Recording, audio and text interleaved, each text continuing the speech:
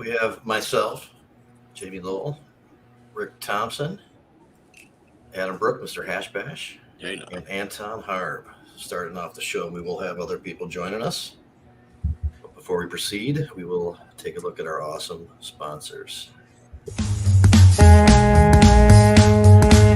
And you know Jazz Cabbage Cafe is sponsored by the Botanical Company, Redemption Cannabis, Real Leaf Solutions, the Detroit Beer Company, Readmi.com, Custom 420 promos featuring Culture Clothing.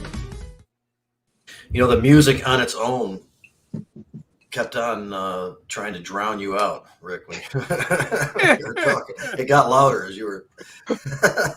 Hey, I'm used to the competition. It's okay. I can handle it. Even the computers want to compete with me. No problem. There's a new image for 420 promotions.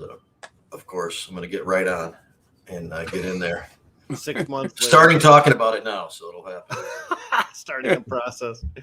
I thought about creating a to-do list with this on it. We'll see what happens. So last week was pretty cool. Talked about the Shred City Council bill. Be interesting to see what happens with that. We'll go back into it, but we were concerned that it didn't deviate well enough to be able to withstand the challenges that the courts will have. Of course, Mitzi said, look, let's just fight it and get the real answer with the higher courts. And that's, the city's going to have to be willing to do that. Last night, Medical Mondays, there was a cool CPA on there from Joint Accounting, and he calls himself the TERP CPA. What's his name? Kyle? Kyle, yeah. Yeah, cool dude. Today, we are going to talk about the oil conversion scenario. We're going to talk about new Chadwatch show coming up. We'll define Chad for this usage. And Eapen Thampy is going to join us again. I've been trying to the last couple of weeks to talk about it. We're going to bring Scott Roberts on to talk about the oil conversion scenario. He put out an excellent article on it to let everybody know. And but right before we do that, Rick, I was hoping we have some new information on the Chatfield scenario, the former Speaker of the House, and we were expecting some issues to come up with a large account that was suspiciously dissolved, and some of that might be in the news now. Well, just to summarize, former Speaker of the House Lee Chatfield has an incredible record of raising an amazing amount of money during his time as Speaker of the House, and there's been a lot of concern about how he raised the money and whether it was directed in the way it's supposed to by the law. He's under an investigation right now by the State Attorney General's office as well as Michigan State Police. One of the things they're talking about focusing on is this $400,000 account, which just magically got dispersed and refunded back to people. Oftentimes, that's the action of someone who's trying to hide what they had done and how they accumulated those funds. Just today, the Detroit Free Press announced that one of Chatfield's closest groups of friends, which are a married couple, their home in Lansing was raided by Michigan State Police seeking documents with the Chatfield scenario. One of the reasons why that's important to Jazz Cabbage Cafe viewers is because Chatfield, and prior to him, the Speaker of the House at that time, amassed a huge amount of money, more than anyone else ever had, and much of it's tied to the cannabis industry. 2016 is when these big fundraising started to happen, and that coincides with the launch of the medical marijuana business industry here in the state of Michigan. And Rick, including the people who supported the anti-caregiver bills too. Oh, right? yeah, yep. So when we talk about that $400,000, who created that account? Well, it's possible that some of the big donations to that account came from the Michigan Cannabis Manufacturers Association or other big industry players who may not be aligned with that particular trade organization. We're likely to see probes of some of the cannabis industry coming down, although it's an important thing for us to do as far as a state to find out what's going on with our legislature and to correct problems with the way in which influence is peddled in the state capitol. Our industry is probably going to take a hit over this, especially considering the involvement of Steve Linder. So we always want to keep everyone prepared for what's going to come up so that it's not a surprise when you see a headline next time. Right on. Hey, and Scott Roberts, attorney, has joined us. And of course, he recently put out a piece about the conversion oil scenario. letting the hemp industry and the harvest from hemp fields be able to come into the commercial system, and creating possibly a disadvantage for those who are immersed in the regular commercial license system and who have put up a lot more in investment and time and cost to be able to be in the position to participate in the market like that. And of course, some others might say, well, this might make it cheaper for everybody. This might be good for consumers and stuff. But let's find out what it is and what the story is. And Scott might not have that much time, so let me turn it over to you, Scott, if you don't mind defining conversion oil and what the situation means. Yeah. So, I mean, everyone who has, had a cartridge, eaten an edible from a licensed facility, that's used what us in the industry has, generally called as distillate, which is essentially kind of cannabis oil that's been refined down from the flower into a high THC oil. And there's been this technology that's kind of been out there where they can also do that with hemp, but still have high THC because they can convert some of the cannabinoids over to THC and produce essentially a hemp distillate that is, fairly similar than the distillate you would get from a, marijuana plant as opposed to a hemp plant. So this technology has been out there. A lot of states have banned it or regulated it out of existence, and they've done that because they want to protect their state's industry. Whether or not you agree with that, it would mean probably the cost of some products are going to go down because you can produce hemp distillate, say, at about $500 a liter. And right now, the marijuana distillate's selling at like $6,000 to $7,000 a liter. So, it would mean probably lower costs on certain, edible products or vaporizer cartridges that would utilize that, even though the costs of that, are going down anyway, just because we have a lot more people doing outdoor farms. So, there are some people that would support this, and I'm, personally not taking a position. I have some people that I work with that are for it, some people that I work with that are against it. And I'm an attorney. I got to keep everyone happy. So I'm officially neutral.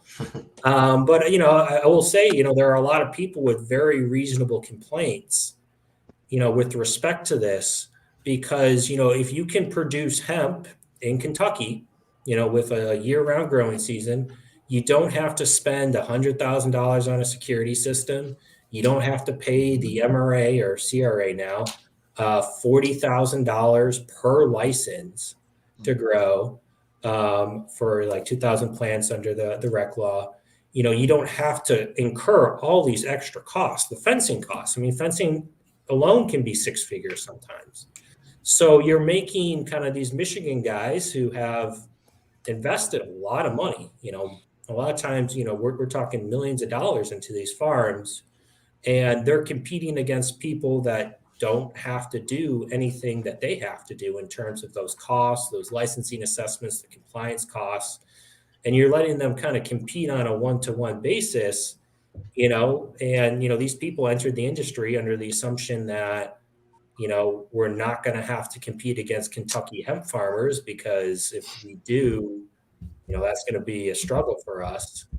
So, it does kind of raise an argument that it's kind of, unfair to the businesses that invested in this state under a certain set of assumptions and then had those assumptions changed on them, and allow people who don't have to comply with all the rules that they have to comply to compete equally with them. And I say that, but, I also mentioned that in the rules that are coming out or that have been drafted and public comment on this, if anyone has a position either way, it is tomorrow in Lansing at 9:30 in the morning. You can show up and tell MRA what you think. Maybe you're in favor of, this because it may mean cheaper prices down the road, or maybe you think it's unfair, whatever, the case may be. But, one thing that is in there, which will limit, this in the near term, at least, is that they do have these per product THC limits when you're using conversion oil, where, it's about 10 milligrams per product, not per dose or per serving, but per product for edibles, like 20 milligrams for topicals, and another, 10 milligram limit for cartridges, which, practically means, there's not a lot of demand I know of for 10 milligram edibles. I've yet to see one less than 50, or I think I can count all those on one hand. Everything's 100. So, that's means like in the near term, it's probably not going to have a ton of effect. But, if this is the second step in this process, the first is they allow this for R&D purposes. The second would be this, and the third would be they just open it up without these THC limits. That then you would see all those things happen in terms of, the price going down and a lot of the outdoor cultivators going out of business. So the real backdoor, though, here in allowing interstate transport of cannabis products here, basically sets up a system where hemp can be brought in and turned into MRA regulated products, whereas cannabis itself cannot be brought in and turned into an MRA regulated product. So, I don't have a whole lot of sympathy for businesses that are in this industry. You're required to adapt and overcome to changes that happen in the industry. And certainly anytime you're in a fledgling industry, you can expect that there are rule changes that are going to affect your ability to be profitable and successful. But I will say that none of this seems like it's properly thought out, Scott. You've got a program here which has products that are only going to be in very limited demand. There's a special labeling that they're requiring to be put on there too, which would discourage consumers from purchasing it. There are several different restrictions here that they're putting on the program that really almost makes it seem like they're not trying to make it successful. Wouldn't you agree? Yeah, I mean, to your point, they have to label their products as synthetic. And I know if I'm in a store and I see synthetic, And what is that based on? I was about ready to ask, is that based on an acid wash that creates Delta 9 that gets added back into the product, kind of like the Delta 8 scenario? Or is that just from a concentration of all the 0.3 of THC from the hemp plant? I'm not an expert on this, but my understanding is they're able to convert some of the cannabinoids like CBD into THC. Right. They're actually doing, it's like a process to actually chemically convert the actual. Right, and that's why it's called synthetic. It's similar to an analog in our state. Yeah. So we were joined by Jim Salame in the middle of this, and Chris Silva is also with us, who we're going to be talking to a little bit more directly about what's going on with him later on. But right now, everybody's feel free to contribute to this conversation, in which we're talking about the oil conversion scenario in which the hemp growers or the processors can buy from the hemp market raw material to use for making products, and including creating a synthetic, so to speak, THC. We did kind of. Oh, I'm sorry, Jamie. No, I just want to say, if you guys have any input, feel free to contribute, but go ahead. We just skated over something real quickly that I think is important enough to spend a little bit more time on. The synthetic label. We're talking about it's supposed to be labeled synthetic because of the process by which it is derived. Is that what you're talking about, Scott? Yes. I mean, I cannot predict or read the mind of MRA or CRA now as to, what the thought process was. But yeah, so all these products would have to be labeled synthetic, and I think it has to be at least the same font as marijuana underneath. So you can't just kind of do synthetic, in 6-point font, and everything else is in 12-point font. So it would be clear to the consumer that this isn't marijuana derived, but the distinction between marijuana and hemp is, somewhat dubious. It's all cannabis in the end. It's just how you're getting to that THC, which is that extra process might be of issue to somebody, whether ultimately a real concern or not. Go it is to the state. That's the state's concern, that process is done in a proper way. Like the Delta 8 process uses an acid wash, and that's where the harm can come. They are concerned anything that's converted. I think they're comparing it to the old analog laws that said anything that wasn't specifically what they said it was, that was changed in a way, was an analog. But I think we've already defined synthetic cannabis, synthetic THC as spice, K2, and that's no. That's just a definition in the law. That's not accurate. And I think this is trying to make more of an accurate. They're trying to say this is synthetic THC as opposed to natural THC because it didn't start out that way. Where synthetic, when it talks about spice and stuff, I think that's an easily challengeable word because they're misusing it. It's not correct. Adam, I agree with all that, but we did have a public act that was passed by the legislature which specifically articulated synthetic cannabinoids, synthetic cannabis, and then attached that definition to K2 and spice. I agree, it's wrong. It's mislabeled. Right. It's misnamed.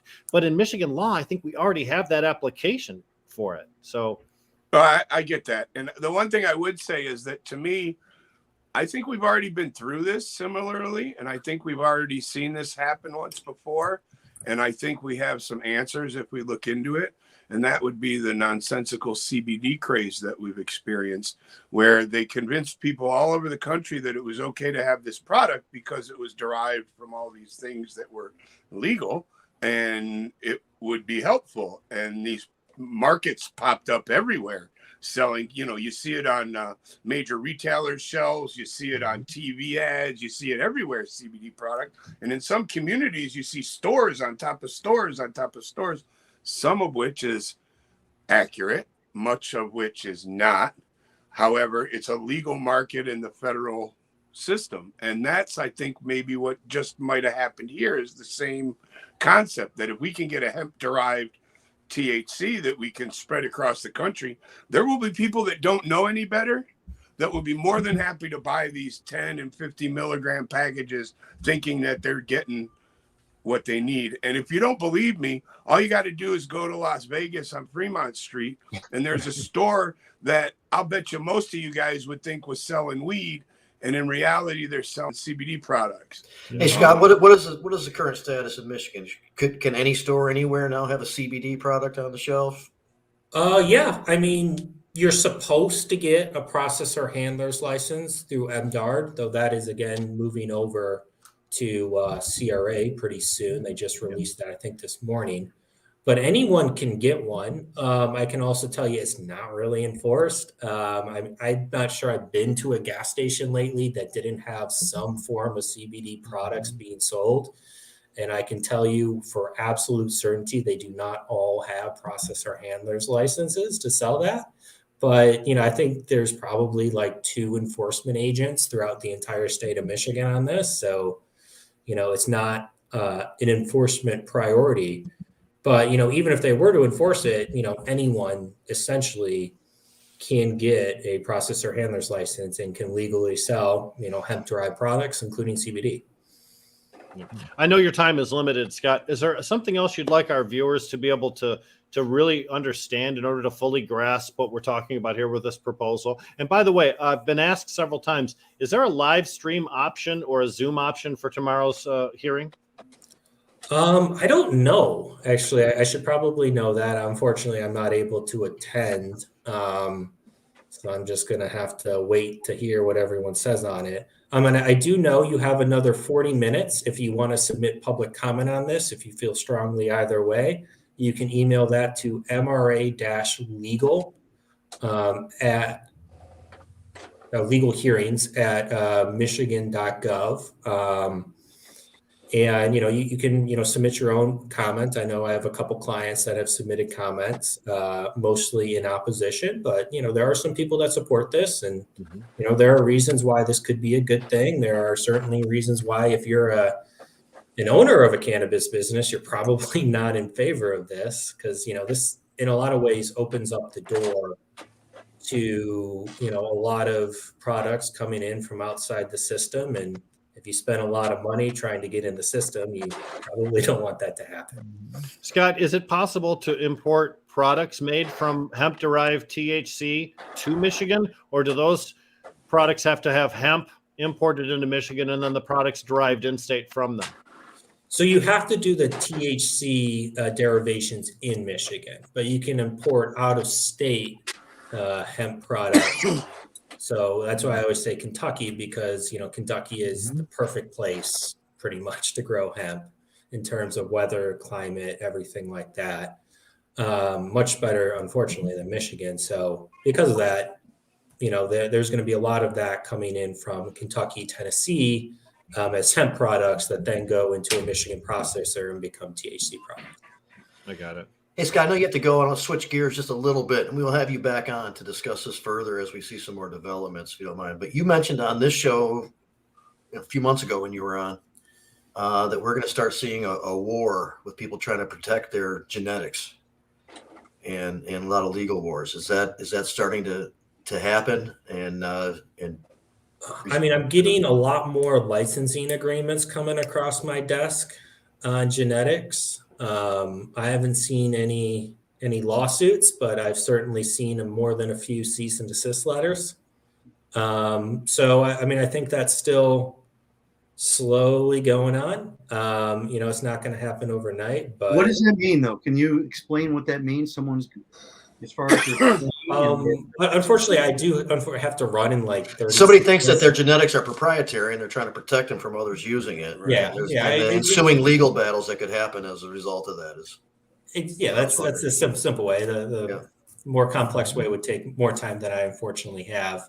I do have to run, but I do want to just kind of mention I have a client that is putting on the 420 Music Festival in Lansing, April 23rd, featuring Too Short and Currency, live in concert at Dotto Riverfront Park in Lansing.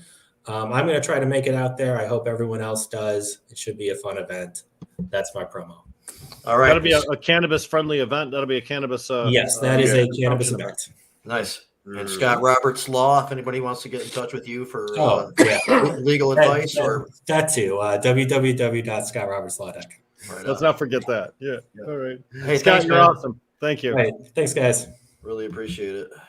It's I love it when people come on the show, even if they don't have a whole lot of time, just because they want to be able to get the information out. Tomorrow's going to be important hearing for those people that are interested in it. And maybe some of the things we talked about will give them a greater opportunity to focus their comments in ways that are helpful as opposed to chasing squirrels, which is what we do a lot of times. I've been reading some stuff about how some companies are really trying to clamp down on protecting their genetics and stuff. And I remember Scott had brought that up a while ago. So I just wanted to throw that in there a little bit.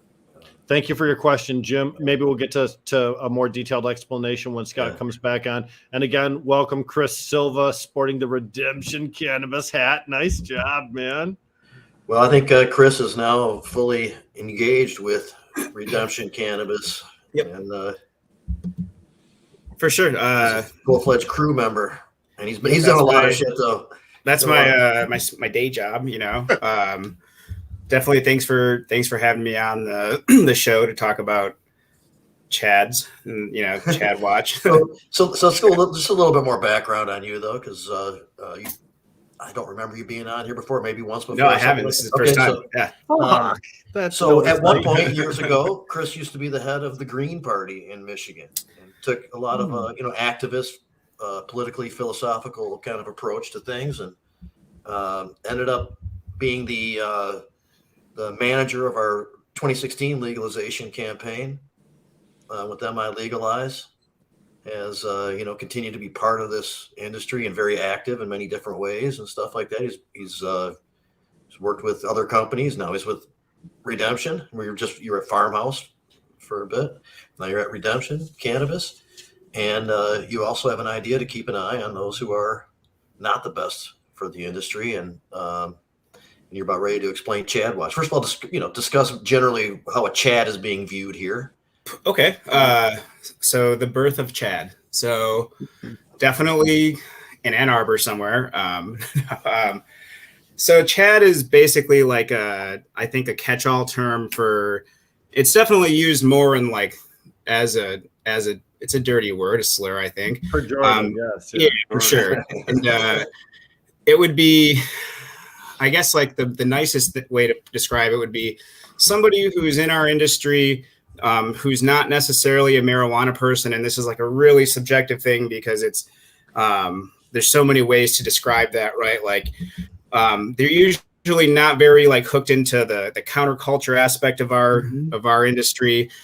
They're oftentimes like, it would be like if you and your buddy were caregivers for a while and you got your friend's rich dad, he's the Chad, right? Like that's, and so all of like the people that I feel like I know come up in the industry, a lot of them, you know, they have Chads. Like everyone knows that you go in there and like these 2 or 3 folks are the actual marijuana people, and then Chad's on the license, you know, and he's the money guy, and that's kind of, and that's not always a terrible thing, you know. Like there's a lot of like really, really good investors and people out there that have given people the opportunity to play ball in the industry. But what happens a lot of times is these folks are responsible for the most, what I would say, distasteful behavior in the industry. Like they oftentimes do really slimy profit maximizing stuff, like the pigs at Virdis and all of that shit. I think that there's also a lot of these guys in Michigan, at least the way it rolled out with the opting in and stuff, a lot of these, and this will be an episode called Real Estate Chads. These guys, they're not even really in the marijuana industry in general. Like they're just buying up properties, they're holding market share, and you know, so like just a lot of like, in my opinion, like bad shit, right? That's not, I don't think it's good for the mom and pops. And like, I know, and all of us were involved on the MI Legalize and later the CRMLA campaigns, when we were just thinking about and describing these small businesses and the micros and the Class A grows and shit, like we definitely weren't thinking about 315 coming in and locking up like 30 stores and selling it to Skymint, you know, like that's not what no one wanted that shit, you know? And so like these guys do a lot of this really bad stuff. And I think because our market is so immature and the people that know shit, they're not going to these stores, man. You know what I mean? Like the people who know what's up, like they don't have to go to fucking Skymint or 315 or, you know, even the store that I managed, honestly, you know? So like the average consumers, they need to know. And masses. Yeah, and I think that I really do believe that if given all the information, that a lot of people, they do want to spend their dollars to support those people coming from the legacy market, to support the good actors, support the people who want to have this sustainable industry that we all wanted to create, you know. And so that's what a Chad is, and that's kind of who we're going after, and the kind of shit that we're trying to get people to be looking at. And so, you know, we're convinced that information is the way to go, and that's kind of the idea of Chadwatch. So it sounds to me like that this encompasses those who are trying to push the bad legislation, the anti-caregiver bills. Yeah, for sure. That's total bullshit. Like it's that's like total Chad behavior too, because they walk into it and they're like, oh, like how lucky for all these like slackjaw stoners that like real business guy is here to show them what's up, you know. And like they love having had the great corporate hope. Yeah, like they really need like that rigid framework, and they need all of the barriers to entry that they can have, and they need to do anything that they can. And like that's the big thing too, is Chad isn't on some like rich dad poor dad shit, you know. So he's never using his own money, right? He's always got like investor money, and these guys are getting to the point where it's been a few years. They got to start paying back. Like there's levels to Chads, right? And they got to start paying back their like you know, financial investment Chads, like Chadwicks and Bradleys, you know. And so like now, like they've got to be getting high market value for this stuff. And so the first thing you do is like, hey, let's restrict the amount of people that can play. Let's make it harder for caregivers. Let's make it harder for the small guys. Let's make it harder to even fucking get one of these in a city, you know. Like they just, anything goes, right? And if it doesn't work out, we can at least say we tried and tell Daddy that the system was against us and we did the best we could. Sorry about your $1 million loss, So- but I gave it my best shot. You know what? You know, one way to identify a Chad, right, is people that talk about how the illicit market is stealing market away from the regulated market. Fact is, the illicit market had 100% of the market, and the Right. regulated market Right. just ekes its way up. You're not we're not stealing anything from you. You are taking from the other. So it's an easy way to identify a Chad when they talk about the market as if they own it and someone is taking something from them when in fact actually they're pushing their way into a pre-existing framework. Yeah,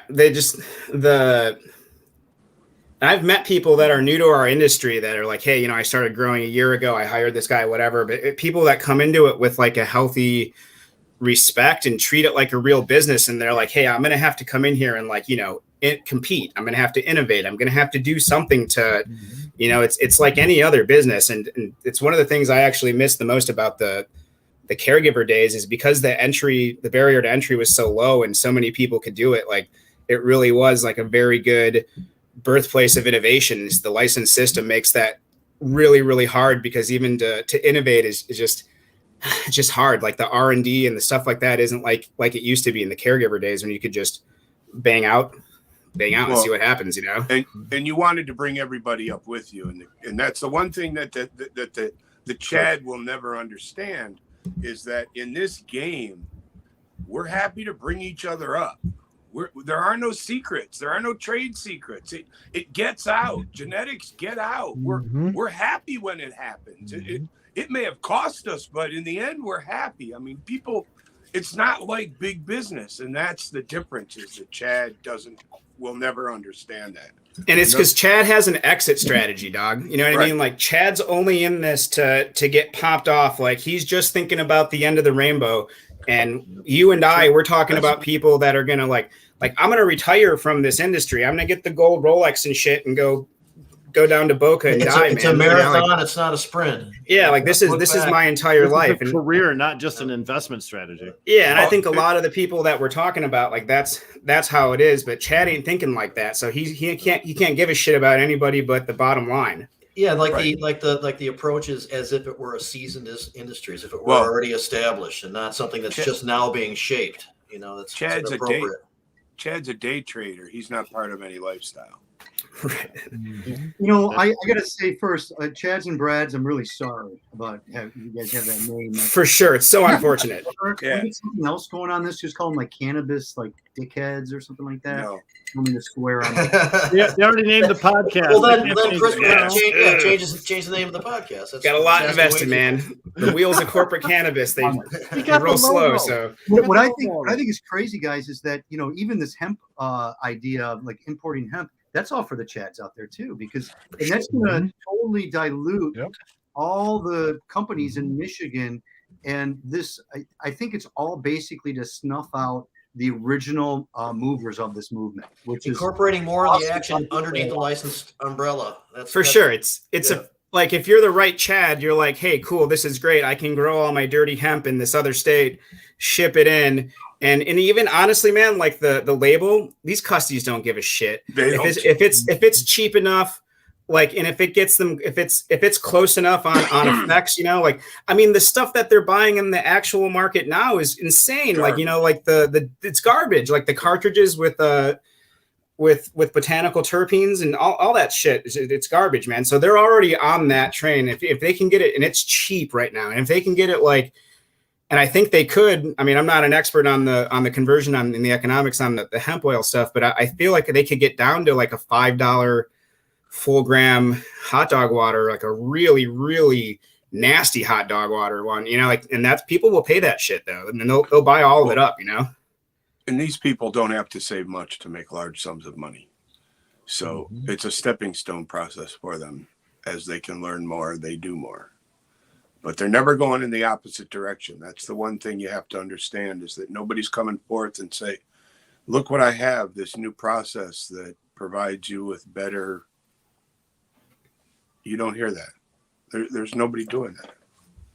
If you look in fact at Viridis, they developed the Viridis method to test cannabis in a different way and kept it proprietary and wouldn't share it with anyone else too. Anton, were you trying to get in? I'm sorry. I was just going to say, you know, it would be interesting to compare. I can't think of another industry that had this counterculture attached to it. You know what I'm saying? Like There the isn't oil any. industry, there weren't a bunch of No. oil hippies hanging out before this was all stood up, right? And it's kind of interesting to see the counterculture almost buffer and weed these people out in such an immature market, or at least call them out. I don't know if you can ever weed them out, but at least call them out.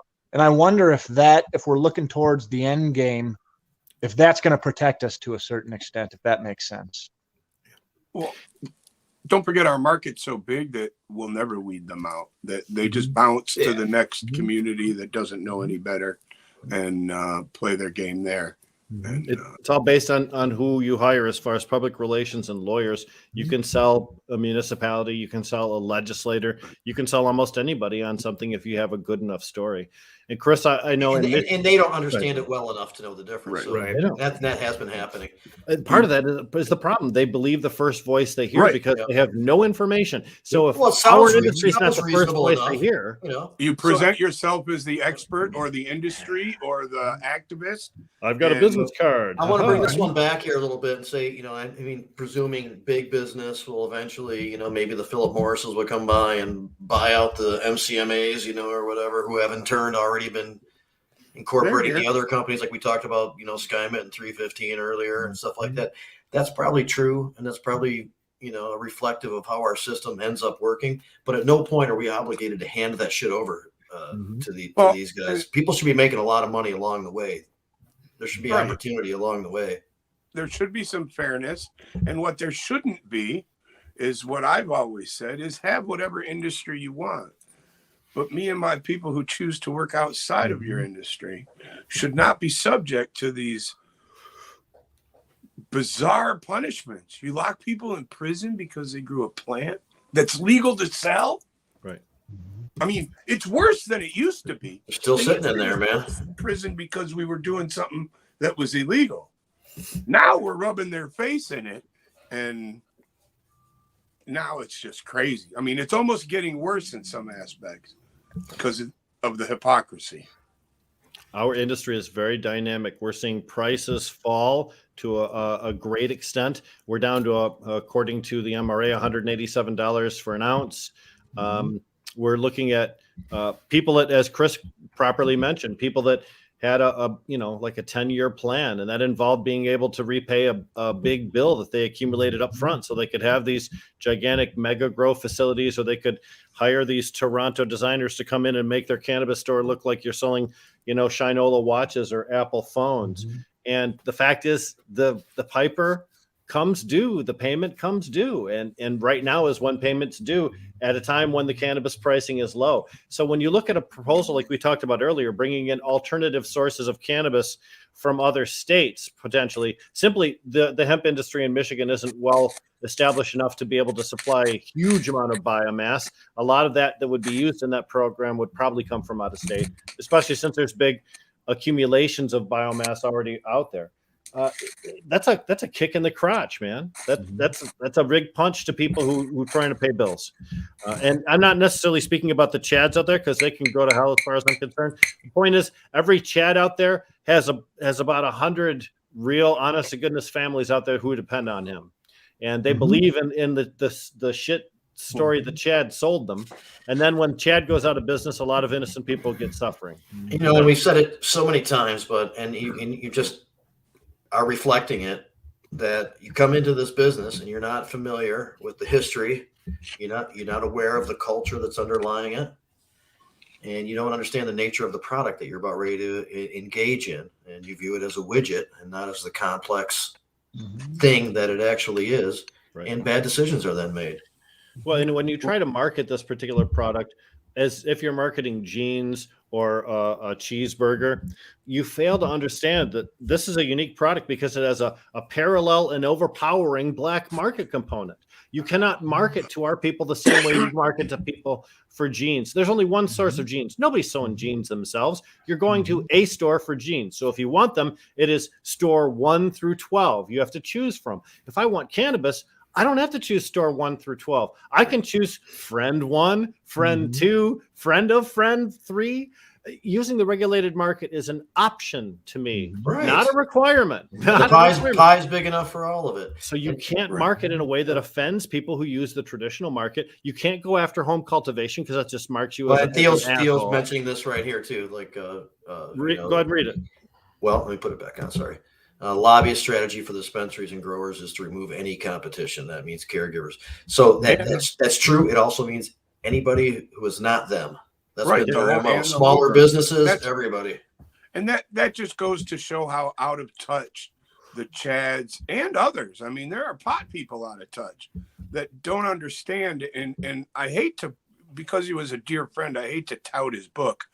But if you want a good collection of how hemp can save the planet, and that includes marijuana, that's how we got to this conversation where we're at right now. Because once you understand how basic this is as fuel, food, fiber, and medicine, how this plant has all these different parts that reach into different aspects of our lives. If you read a book like The Emperor Wears No Clothes, you'll understand how these Chads see this as big business, how the hemp industry is exactly where it always wanted to be and should be, and we've only moved forward with that. Mind you, it could have been done much nicer and better and smoother. Adam, didn't he say, I don't know if hemp will save the world, but it's one of the only thing that can. That could. Yeah.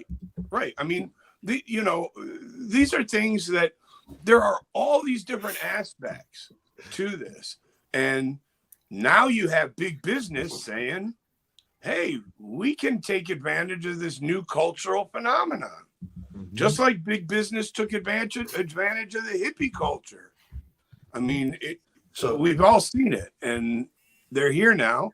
And the fact that Chris is willing to call them out, I think is great. I mean, I'm all about that. And so this isn't about customer service. This is about your opinions and your hypocrisies, and you should be called out for. And the damage you do. And so, Judy, we've been talking about this. We've been talking about what's a Chad. Judy's coming in, asking what a Chad is. So a little reset for the dialogue here. Of course, a Chad is someone that's involved in the industry that really has never been in the industry, doesn't really understand the industry, and views it more as a vehicle to greater success for themselves personally than they do as a lifetime investment or a career. And that includes people who invest in a financial way, people who invest in transactional real estate where they just buy a location because it's in a green zone just because they want to flip it, and they don't really care about cannabis at all. They're just viewing it for the dollars. Now discuss the subtle distinctions between that and a Brad. Now that I'll go to Chris for. Yeah, obviously there's it's not my word, right? Like this is what people have been calling these guys for a while. And I guess like I guess like in the hierarchy we're going to invent, the Brad would be like, he's like the Chad's money guy, because that's, I don't know. There's just a lot of different types of them. They're not all necessarily like the worst people in the world, but like collectively they are like for sure the worst parts of the industry. Like one of the episodes that sometimes well-intended, but just hope for sure. Sometimes but just hope just investors who want to have a good investment. Yeah. And just not really pro-weed or anti-weed, and then they kind of but just completely miss the mark, on stuff. And like they think this shit's easy, right? Like they assume that because a bunch of stoners were doing it, that it's like, I don't know, that it's easy. And it's shit ain't easy. It's really hard. It's super competitive. Like even just like getting a spot to do it is expensive and hard. So I think like that's a big part of it. But I also just think that there's so many different ways for people to get pulled into this industry, and so like we wanted on the show talk about all of the not just like the different types of Chads, but like the specific behavior that's really problematic. And so one of the episodes that we're thinking about, Chad Tech, and we're just going to talk about like, because the Chads are the real pioneers of mitigation. Like I'm sure somewhere like the Willow machine was invented, like some investor like put himself through Stanford and got a PhD in some shit to figure that out. You know what I mean? Like some guy who got burned in the first round in Colorado or something, like, cause they'll get their money back, the Chads. So like just talking about like the That's Willow the machine. ionizing machine. Yeah. So if like for flower remediation. remediation, and then like, CRC remediation for, hydrocarbon extraction. And then now this like the hemp to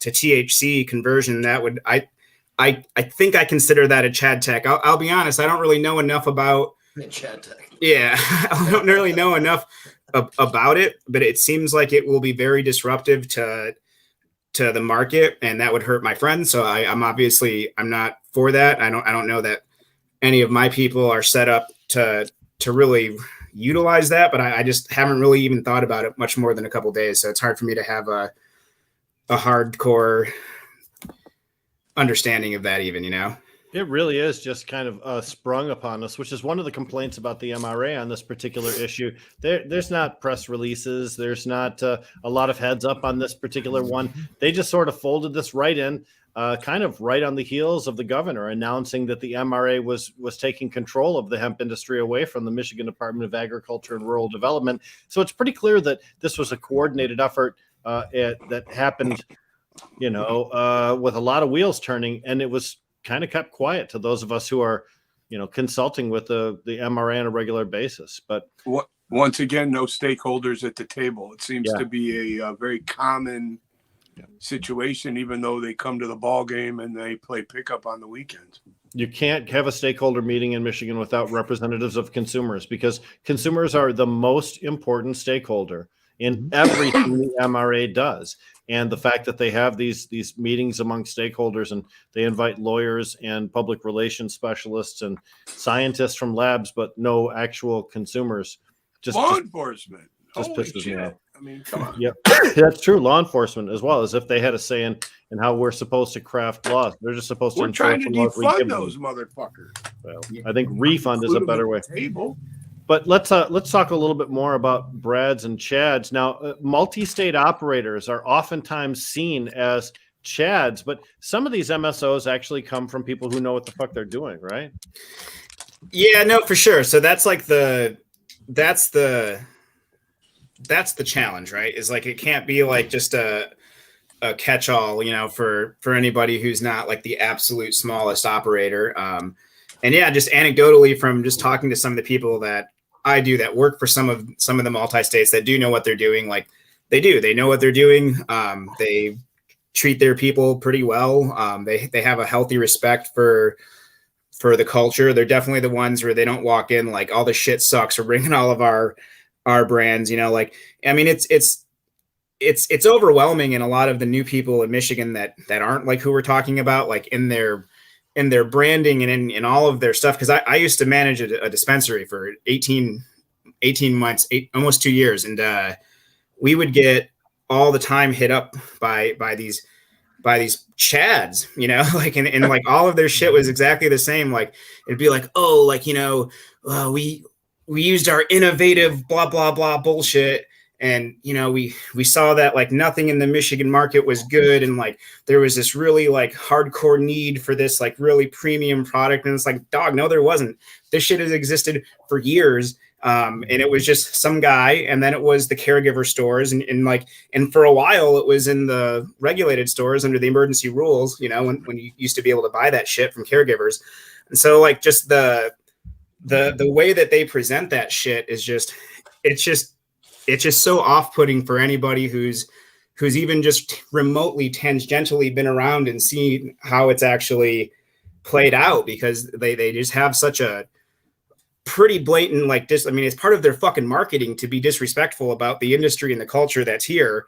And then they're like super surprised when me and the owner of the shop are like, hey man, get the fuck out of here. No one wants this stuff, It's just crazy.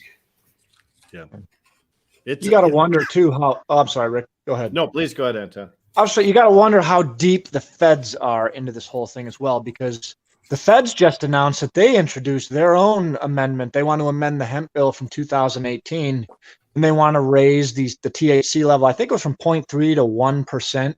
You got to wonder, which is the international, the sure, the attempt at making an international standard at 1%. Sure makes hemping business easier. Yeah. What does that do to these hemp farmers now? I mean, from a product standpoint. I would imagine that extra percentage gives them room to make even more money and flood the market even further if they get more THC out of the plant. So Yeah. yeah, it's all a whole conspiracy. Well, I mean, there shouldn't be any limit. I mean, you designate some plants to be used for industrial purposes, and then you use them. Whatever the composition is, who gives a shit? You know, this is just kind of where we're stuck, you know, right now with it.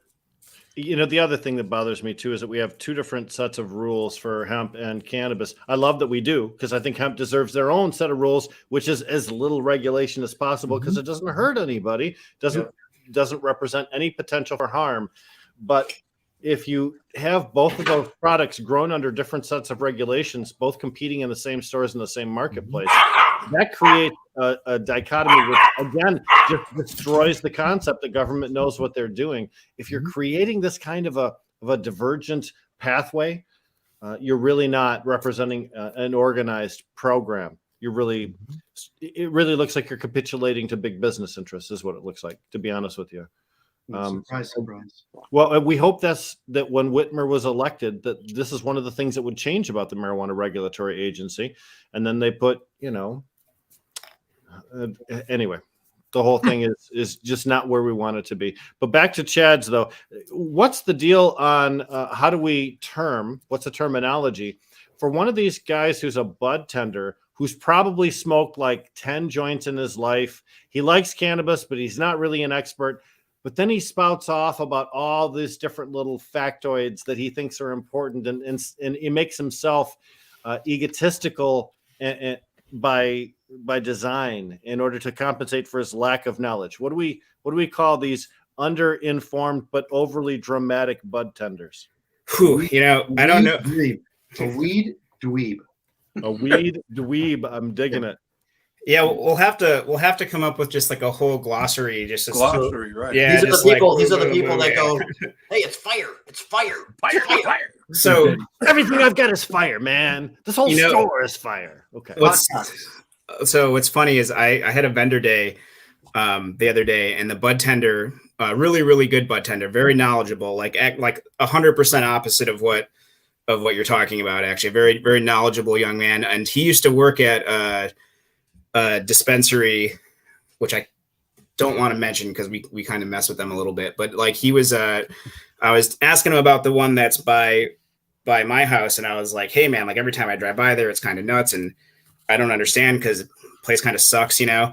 And he was like, "Oh yeah, like they would just tell us, just walk around and point at every strain and be like, fire, fire, fire. This one's fucking fire, fire, fire." And so it's absolutely insane that you would say that, because that's yeah, man, there's a lot of that, you know. Like I think those are like almost two different things, you know. I've been to stores that I know for sure are owned by like old school caregivers, you know, like for sure the store was 100% paid for by dirty racks in the day, and the people that they have there are fucking worthless, you know. Like, so it's just like it's gonna be like anything, you know. There's gonna be super good employees, super bad employees, and I think it's always a challenge to do that. I honestly think for our people, it's kind of a bigger challenge because we're not necessarily hardcore retailers. We're probably not run the place like Hitler and stuff. So like it's hard to stay on top of them, man, you know? So it's there's so much misinformation that's internalized in the masses and in the market that shows up. It's hard to just be, you know, in conflict with somebody that might come in as a customer or something like that, so that you put into a weird position with how to present stuff and what's actually useful information, and what you may know, whether it has to do with the THC percentage or if you're labeling it sativa or indica or things that we don't really have any good reason to believe is great information in and of themselves as to a predictor of effect or, you know, or some other quality about the cannabis. But that's what people expect. That's what people have gotten really used to evaluating stuff with, and you know, it becomes very difficult to get through all that. And now you have these naive people being managed and operated by these chads who have these morning meetings that say, "Hey, we're heavy on the blue dream, so make sure you push the blue dream today." And all of a sudden, you know, this is the fire, and this is the one everyone's going to, and this is the one that will help you with all your ailments, no matter what ailment you come in with today.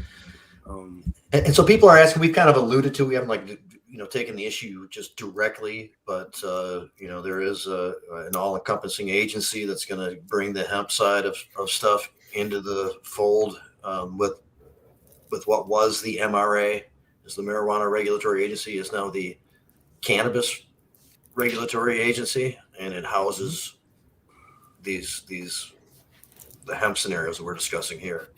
Right. And there's two actions specifically. The governor had an executive order creating this cannabis regulatory agency to cover both hemp and marijuana together. And then also a big proposal about incorporating cannabis oil made from hemp that contains large quantities of THC to use in ingestible products that we have here in Michigan as a pilot program. And it seems like it would allow some interstate transfer. It would also undercut some of the businesses that have already been here. And I think a lot of consumer groups are a little bit skeptical about this from the process too, especially since it's required to be labeled synthetic. So there's several things that we're talking about here that's controversial, and it's possible we're mixing them all in, especially since we're talking about Brads and Chads with and they're probably responsible for all this bullshit that we're talking about. For sure. Well, that's one of the things that Chads do, right? Is lobby. Chads spend money in order to make money, right? On lenders. The political Chads, and I want to do a really that'll be like our MCMA, which, man, I'd love to have all you guys on for that episode. The political Chads, those are the guys that have the most they can do the most damage, because they've also been given like a really, just the way the system rolled out with the opt-ins and everything. Like, the political Chads had a really strong advantage. People that knew how to play the game, people that knew, I mean, I'm not even talking about the ones that just bought people off, the people that knew how to go in and get a municipality to opt in and how to talk to these folks and had pre-existing relationships and knew how to, like anything, there's a way that it's actually done, and these guys know about it already. And so they were able to do really well in the initial phases of the rollout of the industry. And these guys have a lot of influence relative to their numbers in the industry, and what they get, what they want, they get, So, Charles, a hemp processor cannot make the THC product and then sell it into the commercial market, but the commercial market can buy the hemp as raw product and then through a process make the THC once it's inside of the system. And to Chris's point, if you go back to the beginning of the show when we talked about the problem that our former Speaker of the House has, it was because of this influence peddling that they accumulated these huge amounts of money through dark sources and then used them in ways that were inappropriate. And that's why the Michigan State Police and the Attorney General's office are investigating these particular people. And that's for Lee Chatfield, former Speaker of the House, Lee Chatfield. And Chatfield. But that's what we're talking about, is Chads having this disproportionate amount of influence based on their positioning when they first got into the industry. And because they sold their soul to a financial devil and got a big chunk of money up front, which is why they're having trouble paying it in years 3, 4, and 5. But they had this undue influence. And this is one of the ways in which they wielded that influence. Chris, wouldn't you think that's fair to say? Oh, yeah, for sure. Like, this is so I think the biggest example, like, or just clear-cut way to demonstrate this to people is when you look at, like, and so let me start by preface this by saying I don't believe either one of our medical or our adult use systems are like the best, like, ever. Like, if I were dictator of Michigan, no shit, I would do it a lot different, right? But relative to a lot of other places, not the worst. But if you look at the things that we don't like about both those systems, I would say that the adult use system is better for small producers and stuff. And the reason in long term, the consumer, and the reason I believe that to be so is because it was written by like people like Jamie and Rick and shit. You know what I mean? Like, it was done by the ballot initiative, and the medical system written by lobbyists, not as good. Made it a lot harder it basically was like the rich guy, the big money interests, all the dollar signs in their eyes. Yeah. I mean, you had to have like a panel of pigs vote you in. It was fucking insane. Like, it was absolutely set up to be to be dumb. But that's what happens. But these like Chad and Brad and the proto Chads and like there's definitely a lot of people that started as caregivers and just through their actions have become Chads. Like they were there telling the lobbyists like, hey, listen, man, we got to make it hard for these guys to get in because there's like thousands of motherfuckers who were growing weed that have racks and racks and racks and racks of cash just like me, and they can go get a dispensary just like me. And if we don't make it hard for them, you know, this isn't going to be worth as much money to me, man. You know, like, so these guys, you know what I mean? Like that's why they set up all the review boards, all of the financial requirement, all of that bullshit. That isn't and put on a lobbyist. And a former cop. Like that isn't there on the adult use stuff, because why would you ever do that? You would only ever do that to protect your financial self-interest and to make it so that only other rich guys could get in the game, you know? So let me underscore what Chris is talking about, especially in regards to how the Chads controlled, the lobbyists controlled the progress of the MMFLA, the tracking bill, which is part of the marijuana, the Medical Marijuana License Facilities Act, part of the group that requires the track and trace program that we have through Metric. When that was passed, Clint Kesto supposedly got that bill written by industry and submitted it on the very first hearing. When we asked him questions about his own bill, he couldn't answer them. On the second hearing, he took a vote on that bill before he allowed public testimony on that vote. And Jamie and I were part of the Planet Green Trees program at that time, and we broadcast that night. We had Jeff Irwin on. We were both there and witnessed it. We were both there. I called him out on it. I'm in committee. I'm like, since when do you take a vote before testimony? That's ridiculous. Never seen. We asked other people, and they're like, "I've never heard of that. I've never seen that." So procedurally, maybe like technically allowed, kind of, but yeah. So the fact of the matter is, when we say things like the lobbyists ran the ship when it came to the MMFLA, we're not exaggerating when we say these things.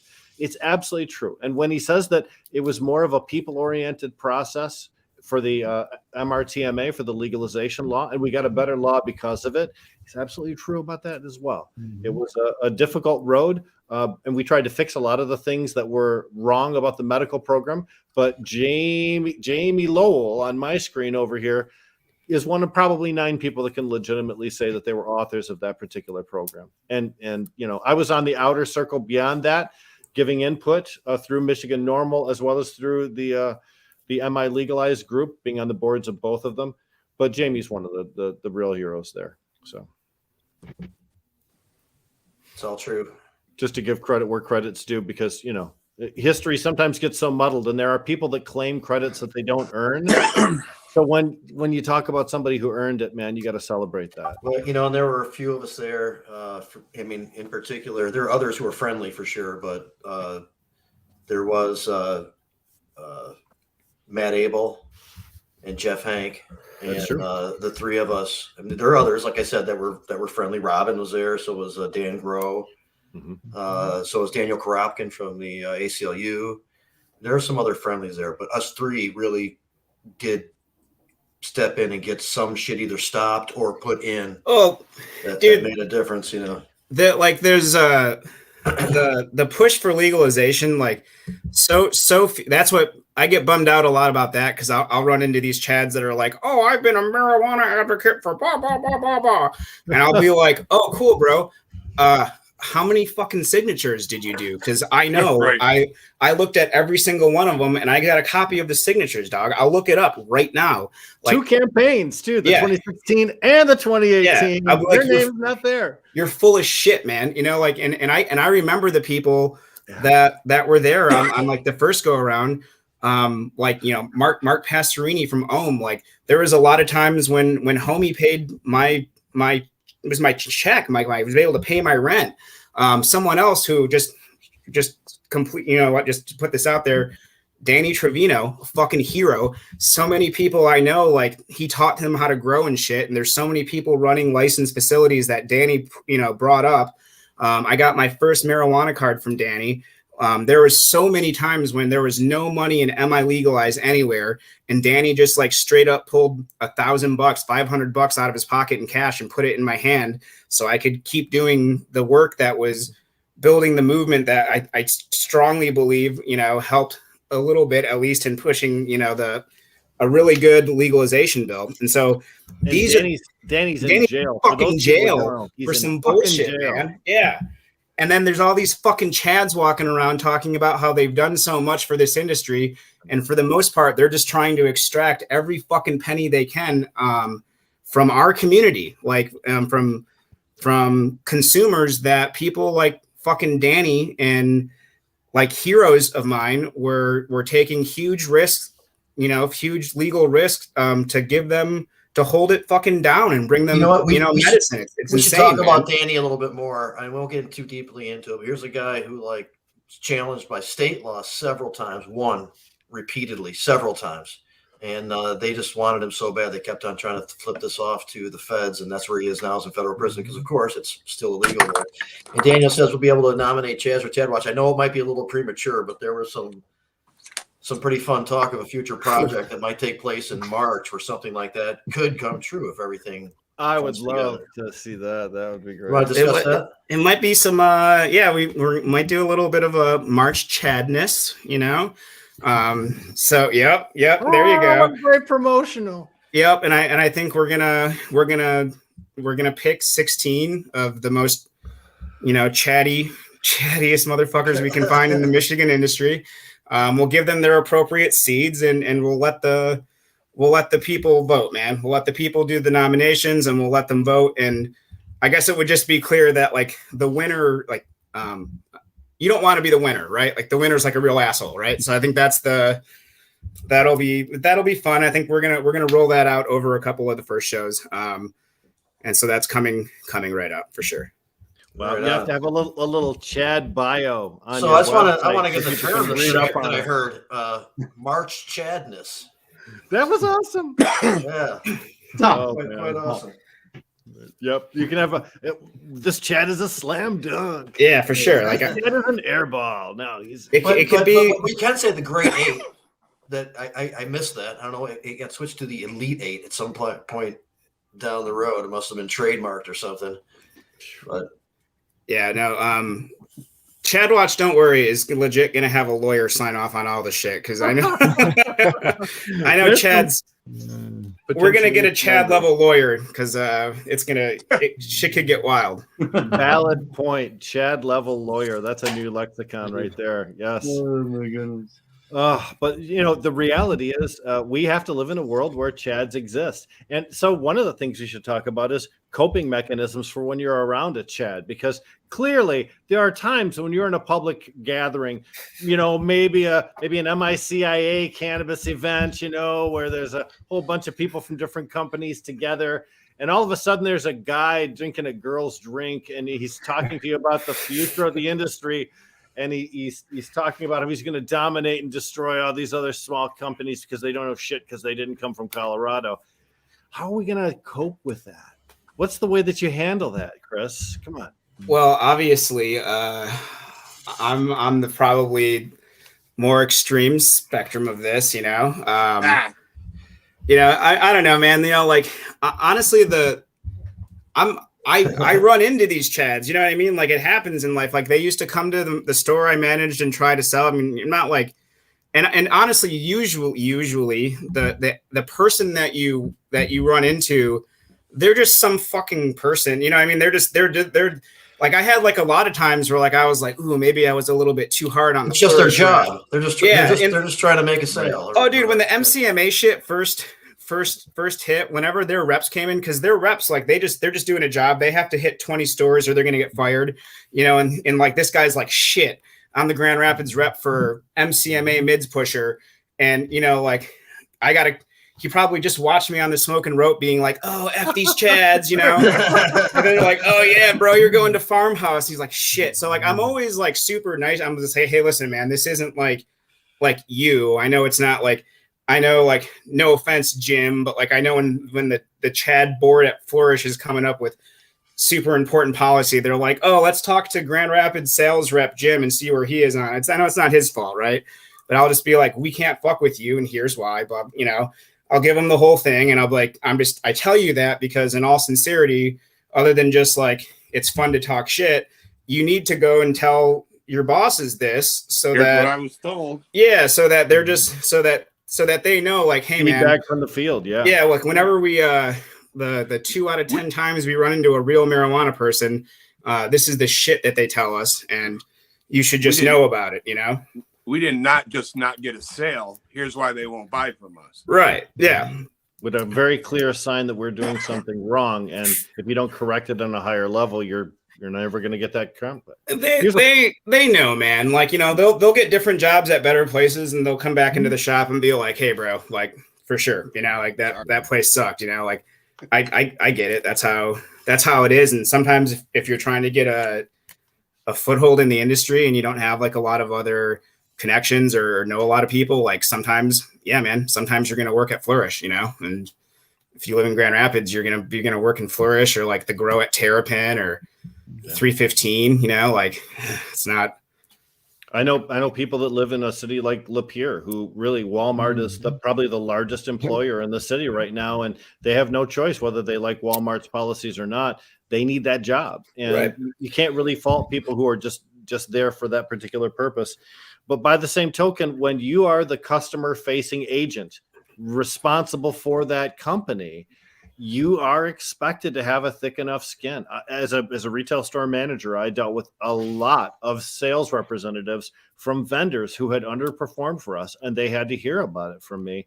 And, you know, the fact is, just doing a job sometimes means taking some shit from your people. And at least with the Chad situation, you can explain to them why you're not doing it instead of just saying, fuck you, don't come back. Yeah, no, for sure. It's what are some good ways to like reveal a Chad? I mean, what are the questions people need to ask if someone's asking about business or questions about the Michigan market? What are some of the questions? I'm just throwing this out there. Like, what do we need to ask to figure out? The Chad detection system. Yeah. So, you know, I think the biggest thing is, and I think the couple times I've said it, you guys have all seemed to be like, yes, I agree. Like, not getting hung up on like the new to marijuana thing. There's plenty of people who are new to marijuana that I know, and like I've had as clients and stuff who are good people who are like, hey, I don't know about this shit. I have this unique in or X, Y, or Z, and this is why I want to do it, but I don't know, and I need help. I'm looking to get people who know what's up. So that's not the biggest thing, but I think what you're looking for is like just their identifying if they're doing like the most crazy profit maximizing behavior, you know, like if they use words like, oh man, like market share is scary, because here's what's really going on with the real estate Chads is they're just trying to get that. So like they're trying to open up, like have a big footprint and have a lot of storefronts. And I guess like asking people like, hey, what do you think you're going to be doing in 5 years? If their answer is like on a fucking beach somewhere, probably means they're planning on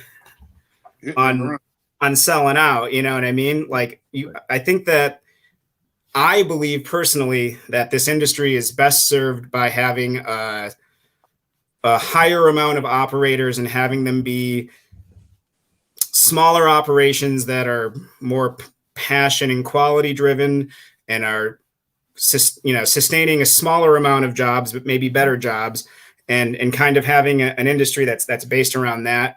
And so I just think like if you're like me personally, that the types of stores and vendors and stuff that we try to fuck with, like they're doing that.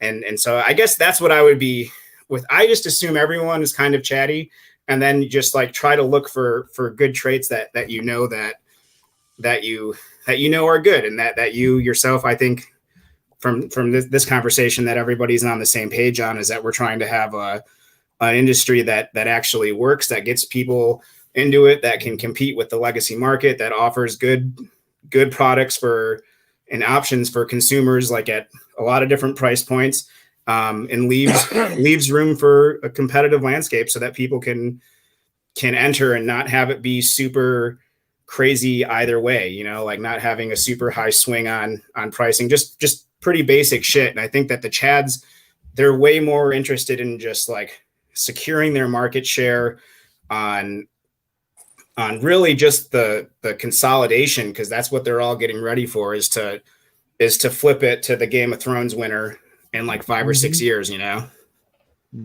Chris, I'm curious, what's your end game with the show? Are you looking to try and have a conversation with these people that are being called out, or are you just eventually? That would be awesome if like somebody would.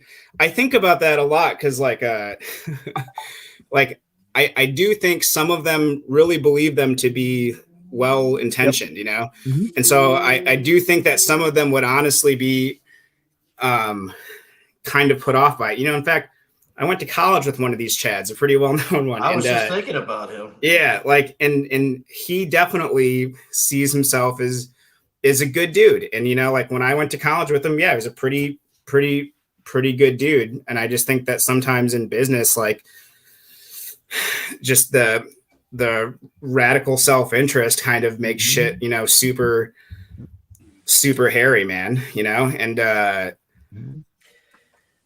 I think the end game is to try to get the consumer to know more about what's actually going on with this industry.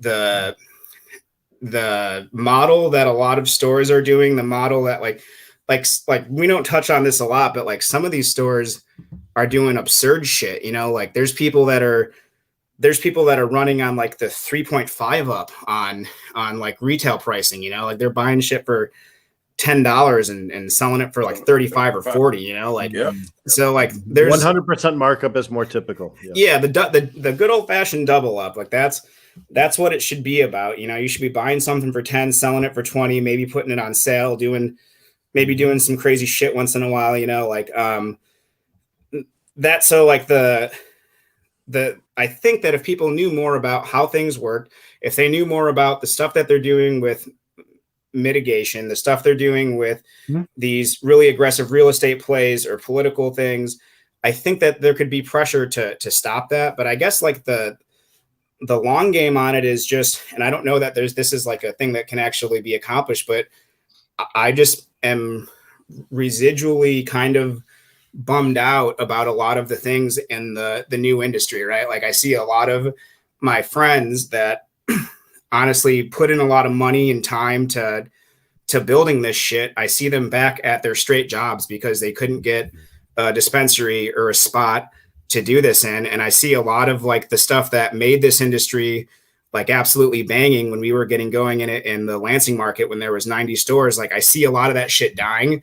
I don't really like that. I feel like it was just like, I just miss that shit, you know? So like, if the only thing we can do is like talk shit about these guys and tell them to fuck off, like, so be it. Whatever, man, you know, like fuck these guys. And it shouldn't be easy. At the very least, there should be some sort of like organized opposition to these guys, because they're like destroying the soul of this industry, man. And it sucks to see happen, you know? I absolutely know that there's a lot of these Chad type people that are suing municipalities when they don't get licenses and challenging it when a mom and pop gets something that a big corporate interest doesn't, and then they can just outspend the mom and pop to win in court. Anton, did you have more to add to that? Because I think I interrupted you, brother. Oh no, I would say sitting down and having a conversation, having a tough conversation, like that would be great. I mean, how much understanding can come out of two people with opposite perspectives who simply just have a conversation? So I think what you're doing is great. And I think hopefully these people will at least reflect instead they're of going to get a bunch of shit first before getting right. Yeah, but let me say this. reflection. Yeah. Go ahead. But let me just say this. The most common thing that I see on the internet when we talk about the boycott, when we talk about people to stay away from, the most common thing I see asked on the internet is, where am I supposed to shop? Please tell me who are the good guys. Right. So with Chadwatch, is there a possibility out there, Mr. Chris Silva, that Chadwatch can help us identify places where we probably should be putting our consumer dollars and helping out people that are actually in the right frame of mind? Yeah, we can do like an enemy of Chad list, you know. Anti-Chad. Maybe like for some of my sponsors, we can get like one of the window decals they could put in their like dispensary, and it would have like the corporate guy with like an X through it and shit. There you Right. go. Yeah. Endorsed by. Yeah, no, there's good operators and people should know about them for sure. It's Well, the confusing too. Go ahead, Adam.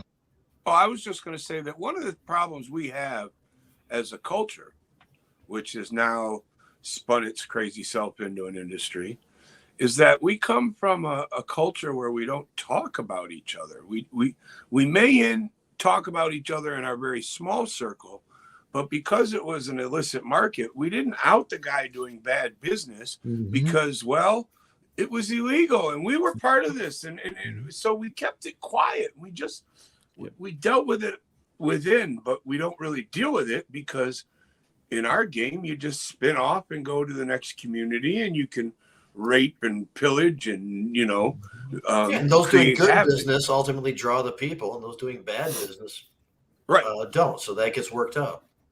And it's nice to see that people with integrity, and that's the issue. And that's why I'm not a fan of haters lists. I mean, we all get bad customer service once in a while, and that's no reason to hate on a company because they might have hired the wrong person or didn't train somebody properly.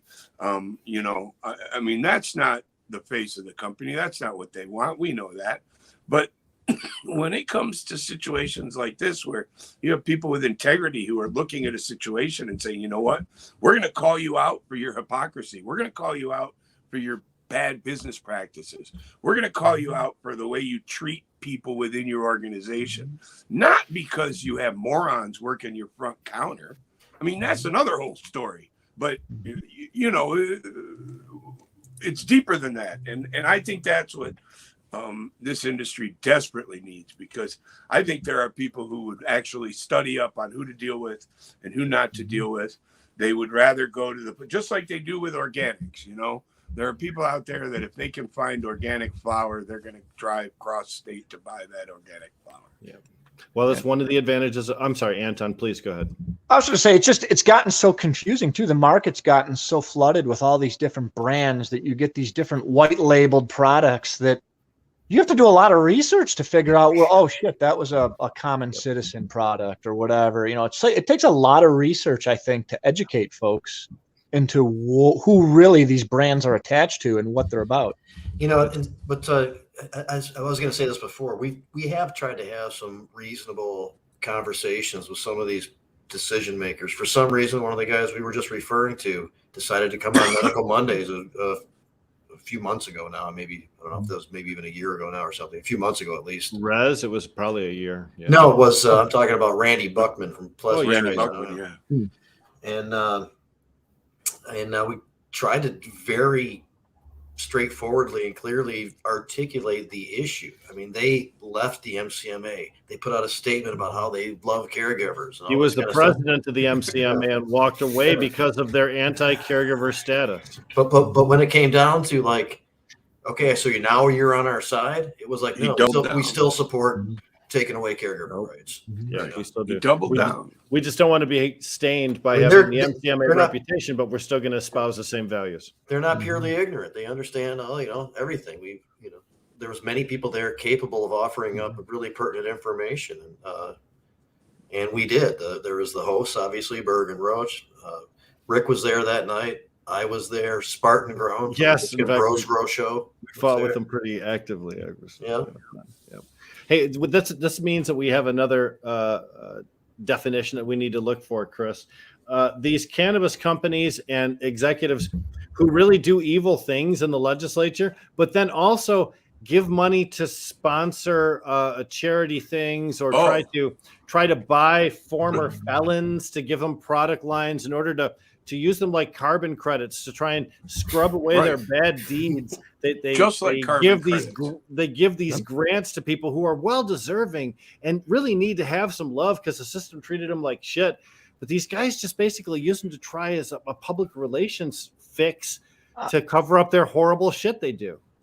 I have run into that, I think, on the veteran side of the house, Rick. That's a really good point. Like, the worst feeling in the world is when people will seek me out to have a conversation regarding wanting to get involved with the veterans in Michigan and the cannabis space, and by the end of the conversation, it's apparent this person just wants to use us as an image to self-propel themselves into a space that doesn't make them look as bad, and it's just I don't know if offensive is the right word. It's You got super a logo, widespread. Well, you know what? You can separate good deeds and still not feel resolved with the stuff that you find issue with. Right. Yep.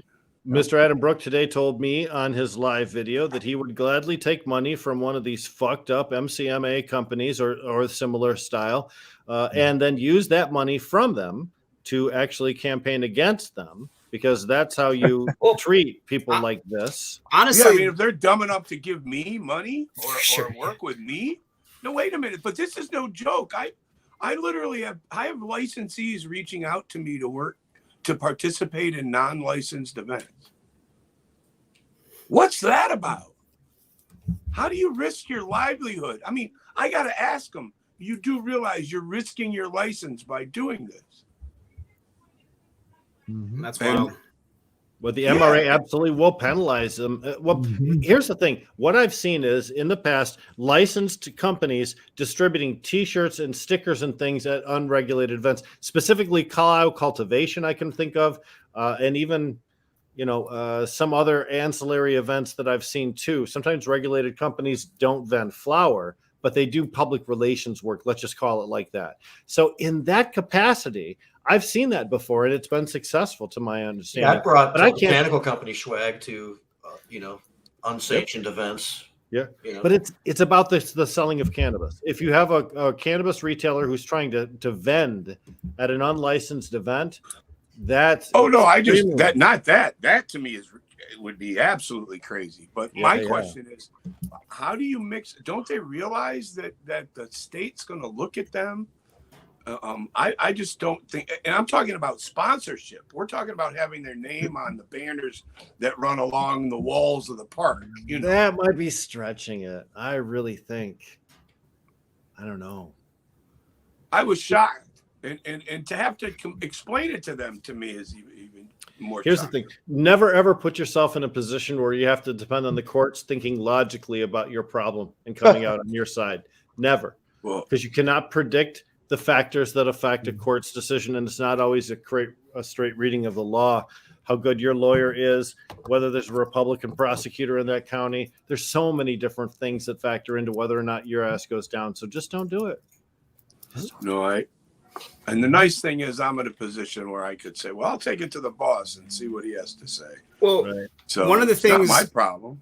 one of the things I think about with, and I'll send the Chadwatch sponsor request to the MCMA companies first for shits, but course. like Of course. in all sincerity, I do think that like the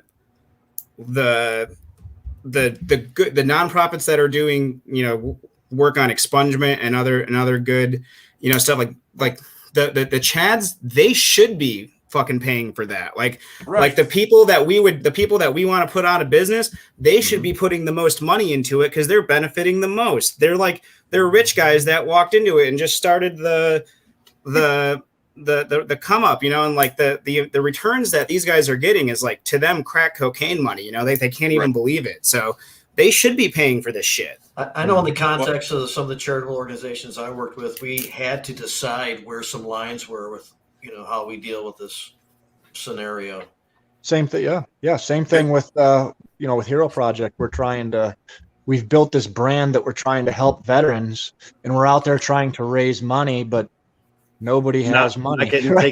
But don't want to get taken advantage of either, because Exactly. some people are so Where's interested the in the line? money part of it that they forget about the detail part of it. Yes. And that obligates you to a situation that it's difficult to get yourself And- out of. Yep. And it can ruin an organization if you align yourself with the wrong people right off the bat. And Go it ahead. feels really exploity when I see it sometimes. Like it's one of the things that at Farmhouse when we were trying to think about doing community outreach stuff and community, just donations and giving back and shit, we were like, hey, how do we make sure that we don't look like all these douchebags that are like, like totally just like being like, oh, look at this, like, insert constituent community that I've got here, like, you know what I'm saying, man? Like, and they do the whole song and dance and stuff, and like sometimes it's just like, man, like you're really letting like telling the story about doing this good thing get in the way of the good thing, bro. You know what I mean? Like they're bringing like Monopoly sized checks for like $1,000 and shit. Right. Stuff that like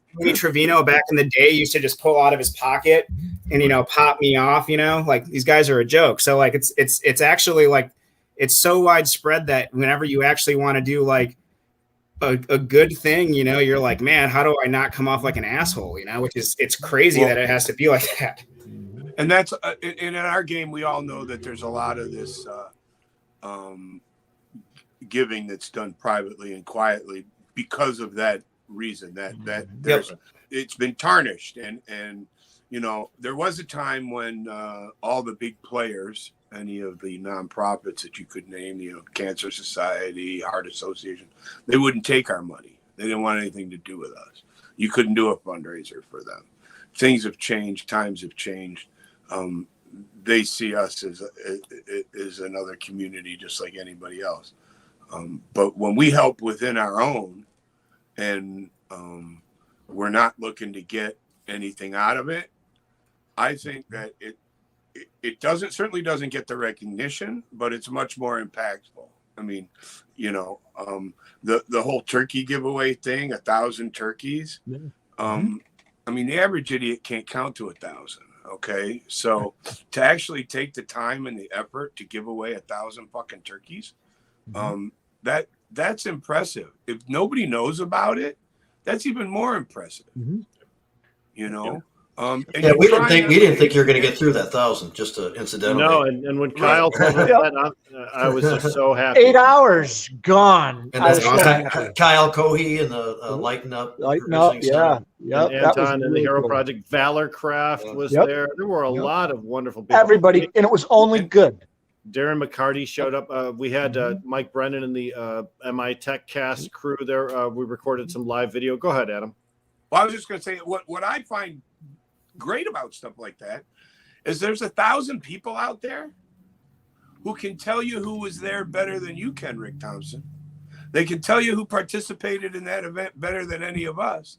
They know everybody that participated. They know why those turkeys were given out. They know the whole story because they got one of those turkeys. And they're going to talk about those turkeys and that giveaway and those groups and those people over and over and over and over. And that to me is why we do these things, but that gets us farther ahead than it could if we got a nice placement in the newspaper about giving away Thanksgiving dinner. I'll tell you exactly one of the reasons why that what you just said is true, because these people in most cases heard it on the radio because they were running radio stories about that giveaway the prior day and the day of. And that shows once again that, first of all, it's a valid media resource for us to use to advertise to our community. It certainly got the message out, but also that people are paying attention, right? They heard turkey giveaway, they heard the story, they wrote down the address, and then they got their ass to there. 1,000 of them, and that's just that's a fantastic response rate. But it really is a proof statement for what we do. Go ahead. You know what I thought was cool, Rick, about that?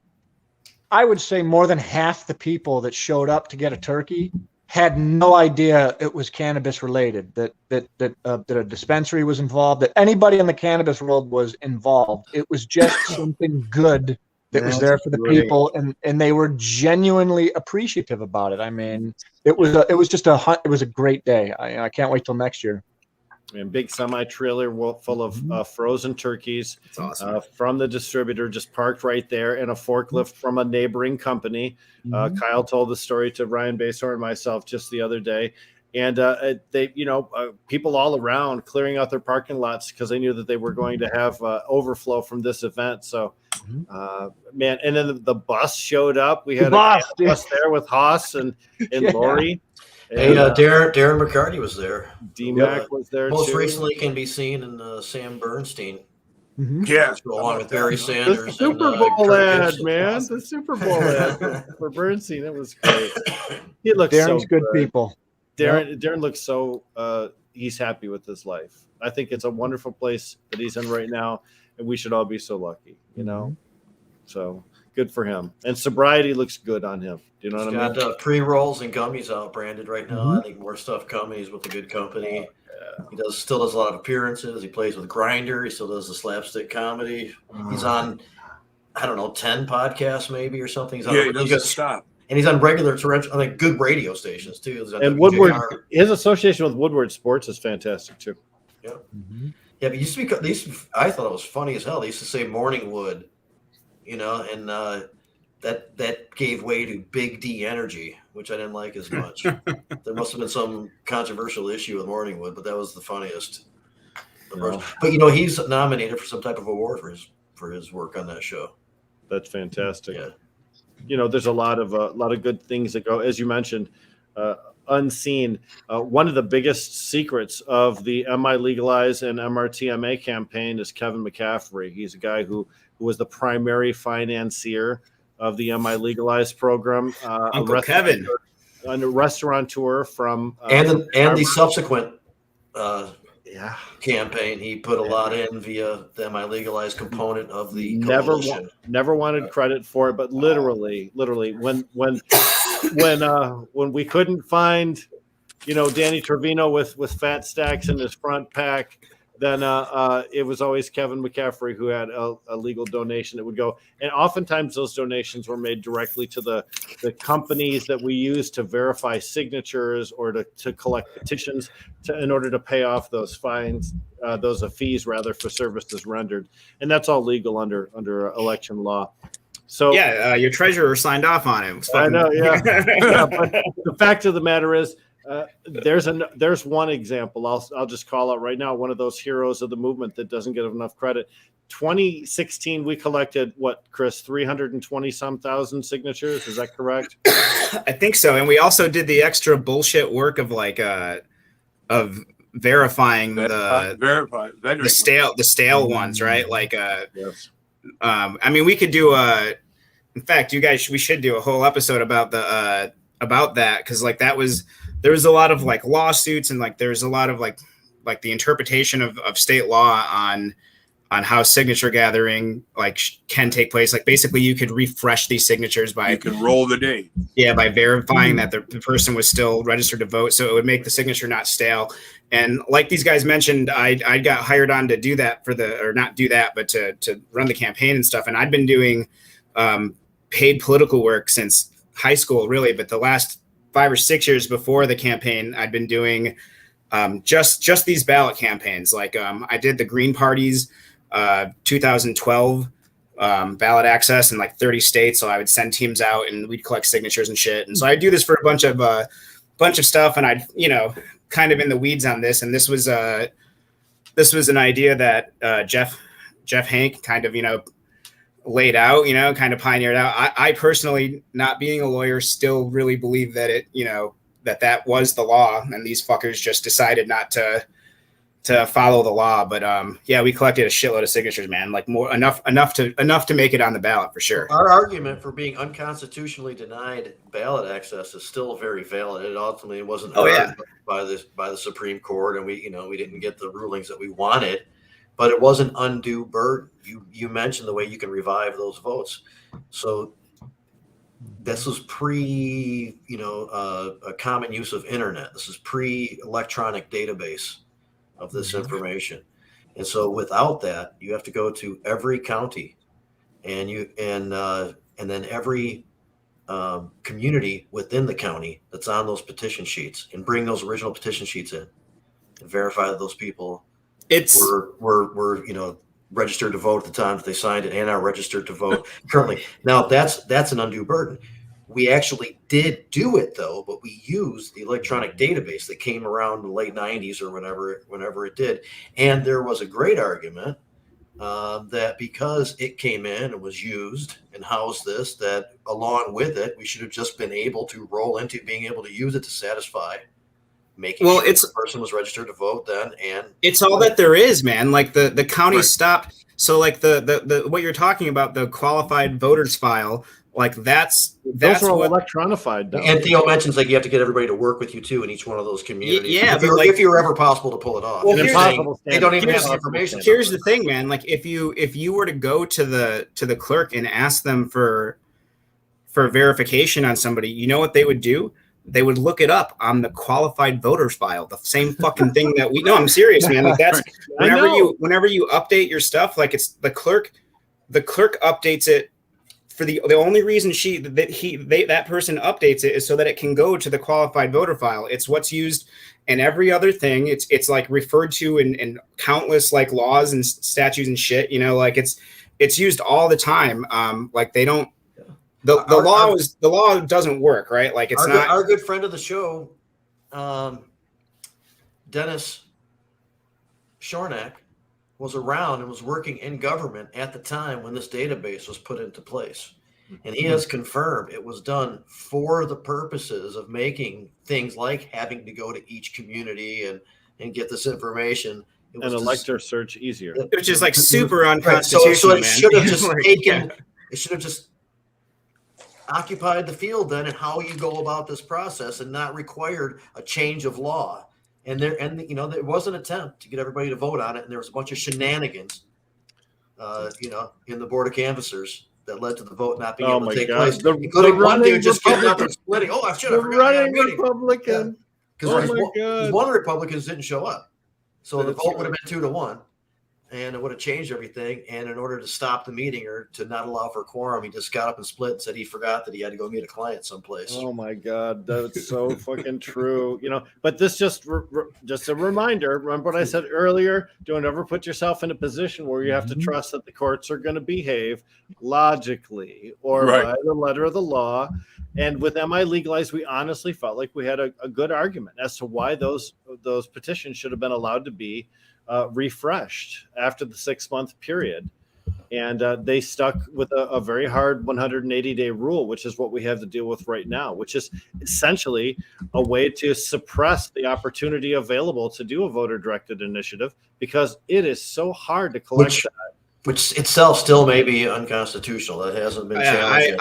I think that it probably is because it leaves such like a it's so difficult to procure the funds to do that or to get the volunteers to do it. And ours is relatively easy. We don't, I mean, it's hard that the numbers really big, but we don't have like a disbursement requirement. Like there's some states where you have to get like a certain amount of signatures in each county. So like you're going out to like, could you imagine if they did that in Michigan? Like, we have more counties. Yeah, we have more counties in fucking like California, New York and stuff. Well, because everybody would get all the signatures right around the Detroit metro area. Basically. Yeah, but so you would have to get them out somewhere outside there just because the validity would be really low. But yeah, we would get like when I did statewide in Michigan, we would get probably 70% of them from Metro Detroit. Like, but if sure. That's where 70% of the state's population is, it makes sense. Yeah. An appropriate distribution of signature gathering. So sometimes those numbers are thrown out there and people will think, oh my God, you're just cheating if you're getting 70% from Detroit. No, actually, that's where the folks are. So it's unrealistic for you to expect us to get only 5% in the Metro Detroit area, 5% in Grand Rapids, 5% in Tawas, 5% in Houghton, 5% in Iron Mountain. If you're trying to divide it up by districts, that would be completely unfair because the number of signatures you need is in the hundreds of thousands. So I have a question for Jim. How do you think with on the decrim side of the house, some of what we're talking about now, how applicable, or do you think we're going to run into a lot of barriers on that ballot initiative or on entheogenic decriminalize nature? Decriminalize nature.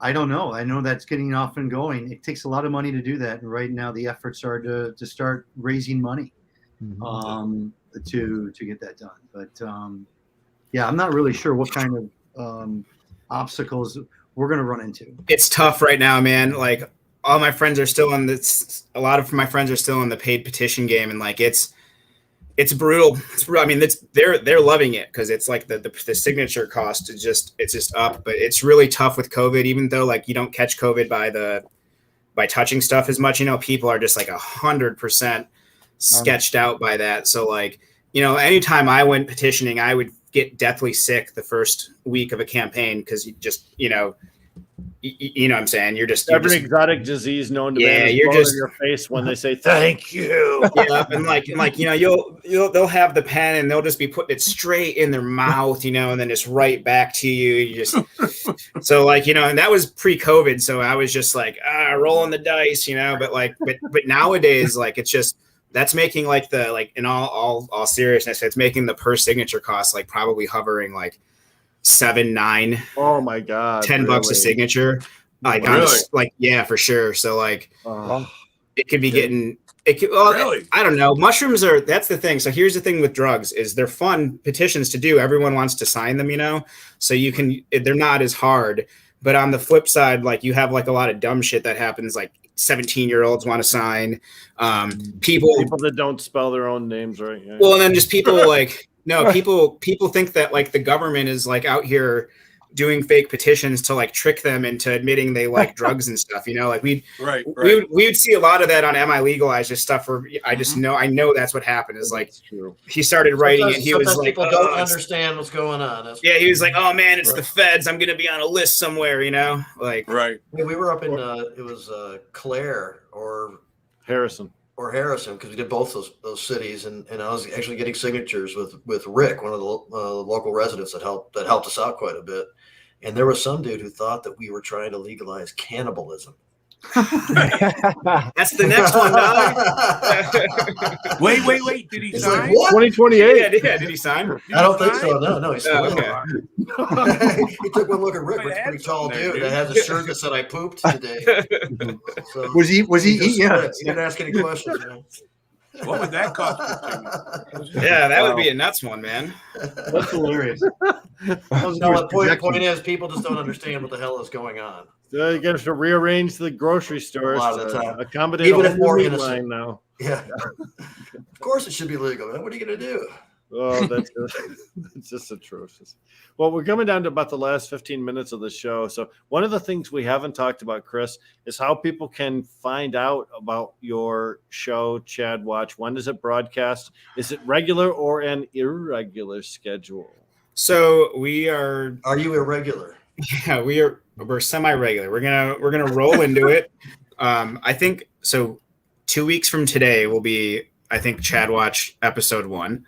And then I think we were talking about doing every other week, but just with like March Chadness to fit it into March, I think we might go the first couple weeks. Either way, it'll be we have an Instagram page right now, or Instagram, account, Chadwatch Podcast. And then as far as accessing the show, that would be on a similar platform as this. So they would be accessing it if they wanted to watch it live through a yet to be created Facebook, or link to YouTube. I don't really know. Nate kind of handles all that. But they tell me that that'll be good to go. And then we'll have all those links and everything in the bio on our Instagram. And as we get closer, more of that will roll out on our end. If you've not picked up on it, that's not necessarily my department. So it'll be a lot of fun. No, what's that? Oh, it'll be a Tuesday. I think it'll be Tuesdays at 1. 4 to 6. Sorry. Tuesday. It'll be a nice little lunch hour. Tuesday at 1. Nice little lunch hour shit talk session. So like it is going to be fun, and it's nice to like hurl insults and abuse at these people that are identified as causing these problems. Haven't run this by the lawyers yet, Yeah, well, I mean, it still would be fun, whether or not it can happen. Some form of that. The line will be. I think only out. the host gets in trouble anyway. So it'll be we'll take it up to that. But in reality, there's a lot about the issues with this industry that people can learn from checking this out and becoming part of this kind of a conversation. There's some serious information. Yeah, no, for sure. I think it's like all jokes aside, like I do think that like there's a lot of bad behavior and a lot of stuff that's going on that's not good for the consumer, and it's surely not good for the former legacy operators and people that are trying to break into the new industry. And then like I don't want it to be like as adversarial as what we're kind of making it seem like it's going to be now. I realized I was like, oh shit, man, we're coming like really aggressive. Like I don't necessarily want it to be like that. Like I'm not trying to like beat up on these guys in the sense that I don't want them to exist. I mean, I want there to be a lot less of them, and I kind of don't want them to exist, but like it doesn't need to be like full on open war. I think I really do believe there's room in this industry for everybody, But some of these people, like, I really don't know if they know that they're doing, like, I don't know that they think what they're doing is wrong. You know, like, I think a lot of these people are going to watch this and be like, what? I'm the bad guy? Like, shit. Chris, do you foresee anybody like turning around and maybe evolving out of you Chadness? can de-Chad them at some point? I hope so. Like, I hope that, like, Chadectomy. yeah, I hope that somebody can come on the show and be like, hey, like, you know, I have this view on caregivers, on, you know, hitting it with the willow and not saying anything, you know, or like different stuff like that. And you guys brought attention to it and called me out. And, like, you know, I even respect people that would be like I would have respect like the MCMA people if they just would have been like, hey, look, man, like, we're business guys, and in our other industries, like, when shit gets hairy, we just change the rules, and this is what it is. Like, my bad. This is how we do things. I didn't realize that you guys were all like fucking entrenched on this and didn't want that. Like, I messed up. I misread the situation. Like, it's just about money. Like, I'm about my money, and this is what happened. I could at least say, okay, I get it. You fucked up. Like, you don't do this anymore. Like, we don't like this stuff. And I could be okay with, like, moving on with them in a not totally adversarial situation, you know, but, like, these guys they don't do that. They double down on that shit. They're like, oh no, these caregivers, like, product safety, XYZ, all this stuff. And the whole time they're using the dirty pig lab to, like, push out, like, you know, artificially high THC and all of this, you know what I mean? So it's just, I hope that people, I think the only reason they do it is because people don't know and aren't talking to them about it, you know? Well, I mean, again, I'll refer back to the conversation that we had with Randy explaining all this stuff. And ultimately, he would say, in support of still wanting to take away, you know, existing rights, he would say, what would you guys do? What would you guys do if you were in my situation? He kept on saying that over and over again. Yep. Have respect for the existing system that you walked into. You know, oftentimes people have this attitude where the history of time began as soon as they entered the market, and anything that happened before is either too boring or too old for them to care about. Right. Well, or it doesn't apply. Yeah, but they end up spending a lot of time doing is reinventing the wheel, and also explaining to others why they're so disrespectful to people that the rest of us show great respect toward. So, but Chris, as far as that goes, Chadwatch, you know, you're going to be funny too, right? People want to watch it, not just for the criticisms or the insider insights into the industry, but you guys are going to be busting it up. It's you and Kyle. Kyle's a funny dude. Yeah, no, for sure. I think it's going to be a good time. I think we're going to shine a light on, like, some bad shit and rightfully call some people out. I really do hope that we can get, like, people to come on the show who are Chads, you know, like, they're not all bad, I guess, you know, like, people that are pretty self-aware of themselves that could come on and be like, hey, this is my take on it, you know? But like I said, like, the real goal of it is just to try to preserve, like, a little part of our culture, and, like, and a thing that I think that's made this industry really good is, like, a lot of the relationships and, like, the long time kind of, like, friendships that form in business. And these Chads have completely uprooted that, the way that they do stuff. And I just felt like there wasn't enough being done. Like, you know, I would see too many people that I consider, like, on the level legitimate people, just having absolutely no time selling all this corporate shit and just, like, you know, just you know what I mean, man, just, like, being, like, way too comfortable with it. And it's like, come on, dude, at least pretend that you don't like it. At least be like, oh, it's these dirty mids, you know, I gotta have some of it. But no, they're, like, embracing it, and they're like, oh yeah, have them come in and do a vendor day and all this bullshit. And, like, and some of these guys, like, you know, they started off, I know, like, they were doing raid drills and stuff for their stores, and, like, and it's crazy how fast it's completely flipped around, and now they're selling these MCMA mids from people that want to put people in jail for this shit, man. So that shit's crazy. And as long as that's going on, like Chadwatch will be there telling people. There you go. In addition, they think by doing that, it's going to help out their own business, their own bottom line. It's even crazier. When you see the culture of our community changing and you don't like the direction we're going in, this is one of the ways you can push back against the change in order to make sure that, maybe we are still retaining a cultural identity. One of the things I'll say about Jazz Cabbage Cafe is we talk about a lot of historical things. We talk about stories that otherwise many of us know, but have never really been put down on tape before. So this is one of the ways we preserve our existing culture. And Chris is fighting to not let our culture be turned over to guys with Argyle socks who talk about their house on the Hamptons. Yeah, man. Like there's stores where they wear name tags and uniforms and stuff. The last time I was in Australia was so really it gets to be a drag.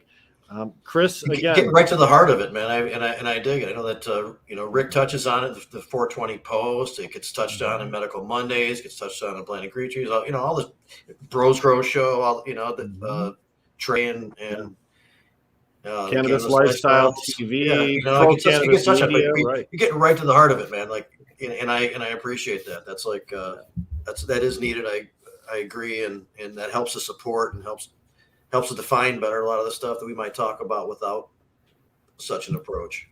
I think it's going to be awesome, man. I'm looking forward to it. I think the industry is ready for some real talk also too, by the way. I think I see so many journalists and all they really do is just copy and paste somebody else's press release and call it an article.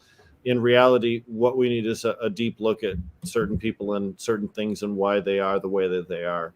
And I mean, that's really, if you want people to make smart decisions about where they shop, you have to really tell them who they're shopping with. And that's a program that seems to me to be consumer focused as far as explaining the differences between the different companies. There are 450 cannabis companies licensed to do retail business in the state of Michigan. So how do you tell one from the other? You watch Chadwatch, you watch Jazz Cabbage, you watch the other shows. And some of them should just be avoided because of who owns them, the individual themselves, not anything they've done any more than that. Right. The fact that there are people who used to put us in prison who are now licensees, those people should be boycotted. Yep. I mean, plain and simple. I think there's a lot of feeling in too. We wanted an industry that was more reflective of who we are. And what we got is an industry that's more reflective of what industry is. And again, it's okay for us to push back against that. It's okay for us to strive for the ideal, because if we don't strive for the ideal, the whole industry suffers. The whole industry slides into the slime pit. And sometimes it feels like organizations like ours and shows like ours are really one of the very few tools we have to push back against that. Looks like it's we're coming in with just a few minutes. Time to probably spin it around and see what final thoughts people have. But I really like today's show again. We obviously didn't hear from Eapen. He did write me during the show, though, and just said he couldn't make it again. But some of the stuff he was talking about did get officially introduced. There's some more stories behind it, some other legislation that's come up.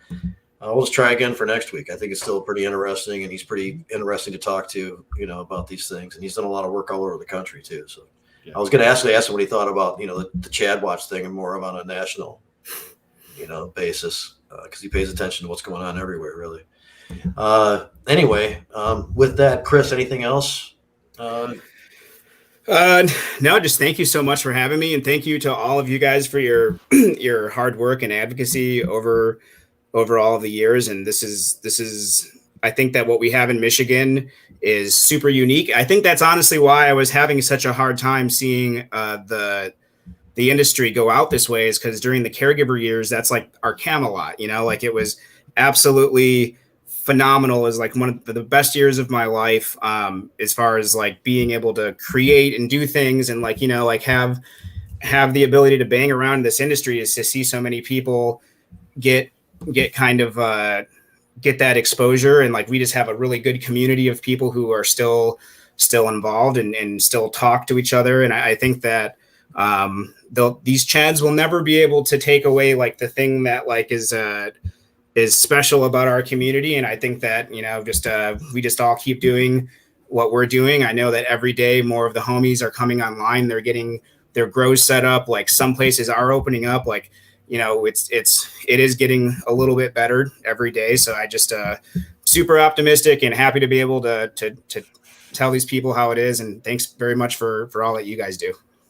Yeah, man. I mean, I'm glad that the conversation actually continued this long. It was pretty cool, and we'll get to Eapen later, but it worked out well because I enjoyed talking to you about all this stuff. Anton, anything you want to? Hey, Chris, I appreciate everything you're doing, and you know, I think representing a brand like Redemption, I mean, that's a respectful brand in the state of Michigan, and I think everything you're saying goes towards the ultimate good of what your mission is helping people that were fucked over by this whole bullshit war on drugs. So kudos, brother. I look forward to the show. Thank you very much. Thank you. Right on. Hey, Jim. Great job, Chris. I look forward to watching your Chad show, and I look forward to Chad Madness. Everyone go to decrimnaturemi.org and help sign up and get involved with the big movement that will help decriminalize plant medicines and fungi in the state of Michigan.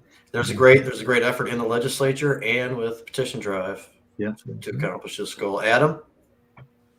Yeah, I'm looking forward to Chadwatch. I'm happy you had Chris on today, and you know, I'm all about calling them out, and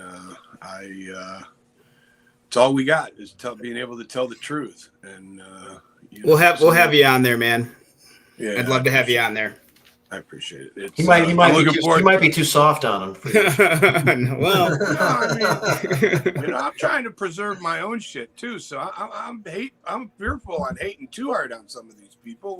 Right? Yeah. Want to write me that big check one day to, you know, sell my soul to the devil? I mean, you know, I got to look at the check before I say no, don't I? So Right. I appreciate it. Hey, Rick, wrap us up. You know, Chris mentioned, you know, being like Camelot. There was a time when we actually stood strong enough as a group to make difference, to come together in a petition drive that was largely self-funded, as you heard today, a couple of angel donors, some organization. That time is not over, you know. We can consider this to be Camelot too if we continually work on fixing the things that are wrong with our industry. And that includes things like allowing conversion oil to come over, as we talked to Scott Roberts about as well too. So there are ways that we can still take action right now to preserve where we're at. But as we talked about earlier, compared to other states, we live in Camelot, man. We live still in pretty Valhalla. good. Yeah, we live in Valhalla. If you're from Indiana, you come to Michigan and you get Harb when you cross the border. So the fact is, we have something that other states don't. Is that what it takes? You know what? You should try, Mr. Hashbash. You usually fly. You fly in and out. All right. So that might not be the same experience. I don't know. But in reality, this is a great show. It's been a great experience supporting things like Chadwatch as part of how we build the network. I just want us to continue to strive towards Camelot and helping each other and setting the example for that is the way we do it. Right. Thank you. Yeah. Be happy for where we are because it is pretty good, but you know, we'll still keep on push to make it better. We'll still keep on pushing to make it better. Thanks to Scott. Thanks to Chris. It was a great couple of guests we had today. Yep. Thanks everybody who was on, and we'll be back next week. Jazz Cabbage Cafe. Thanks a lot, you guys. Talk to you later. Peace.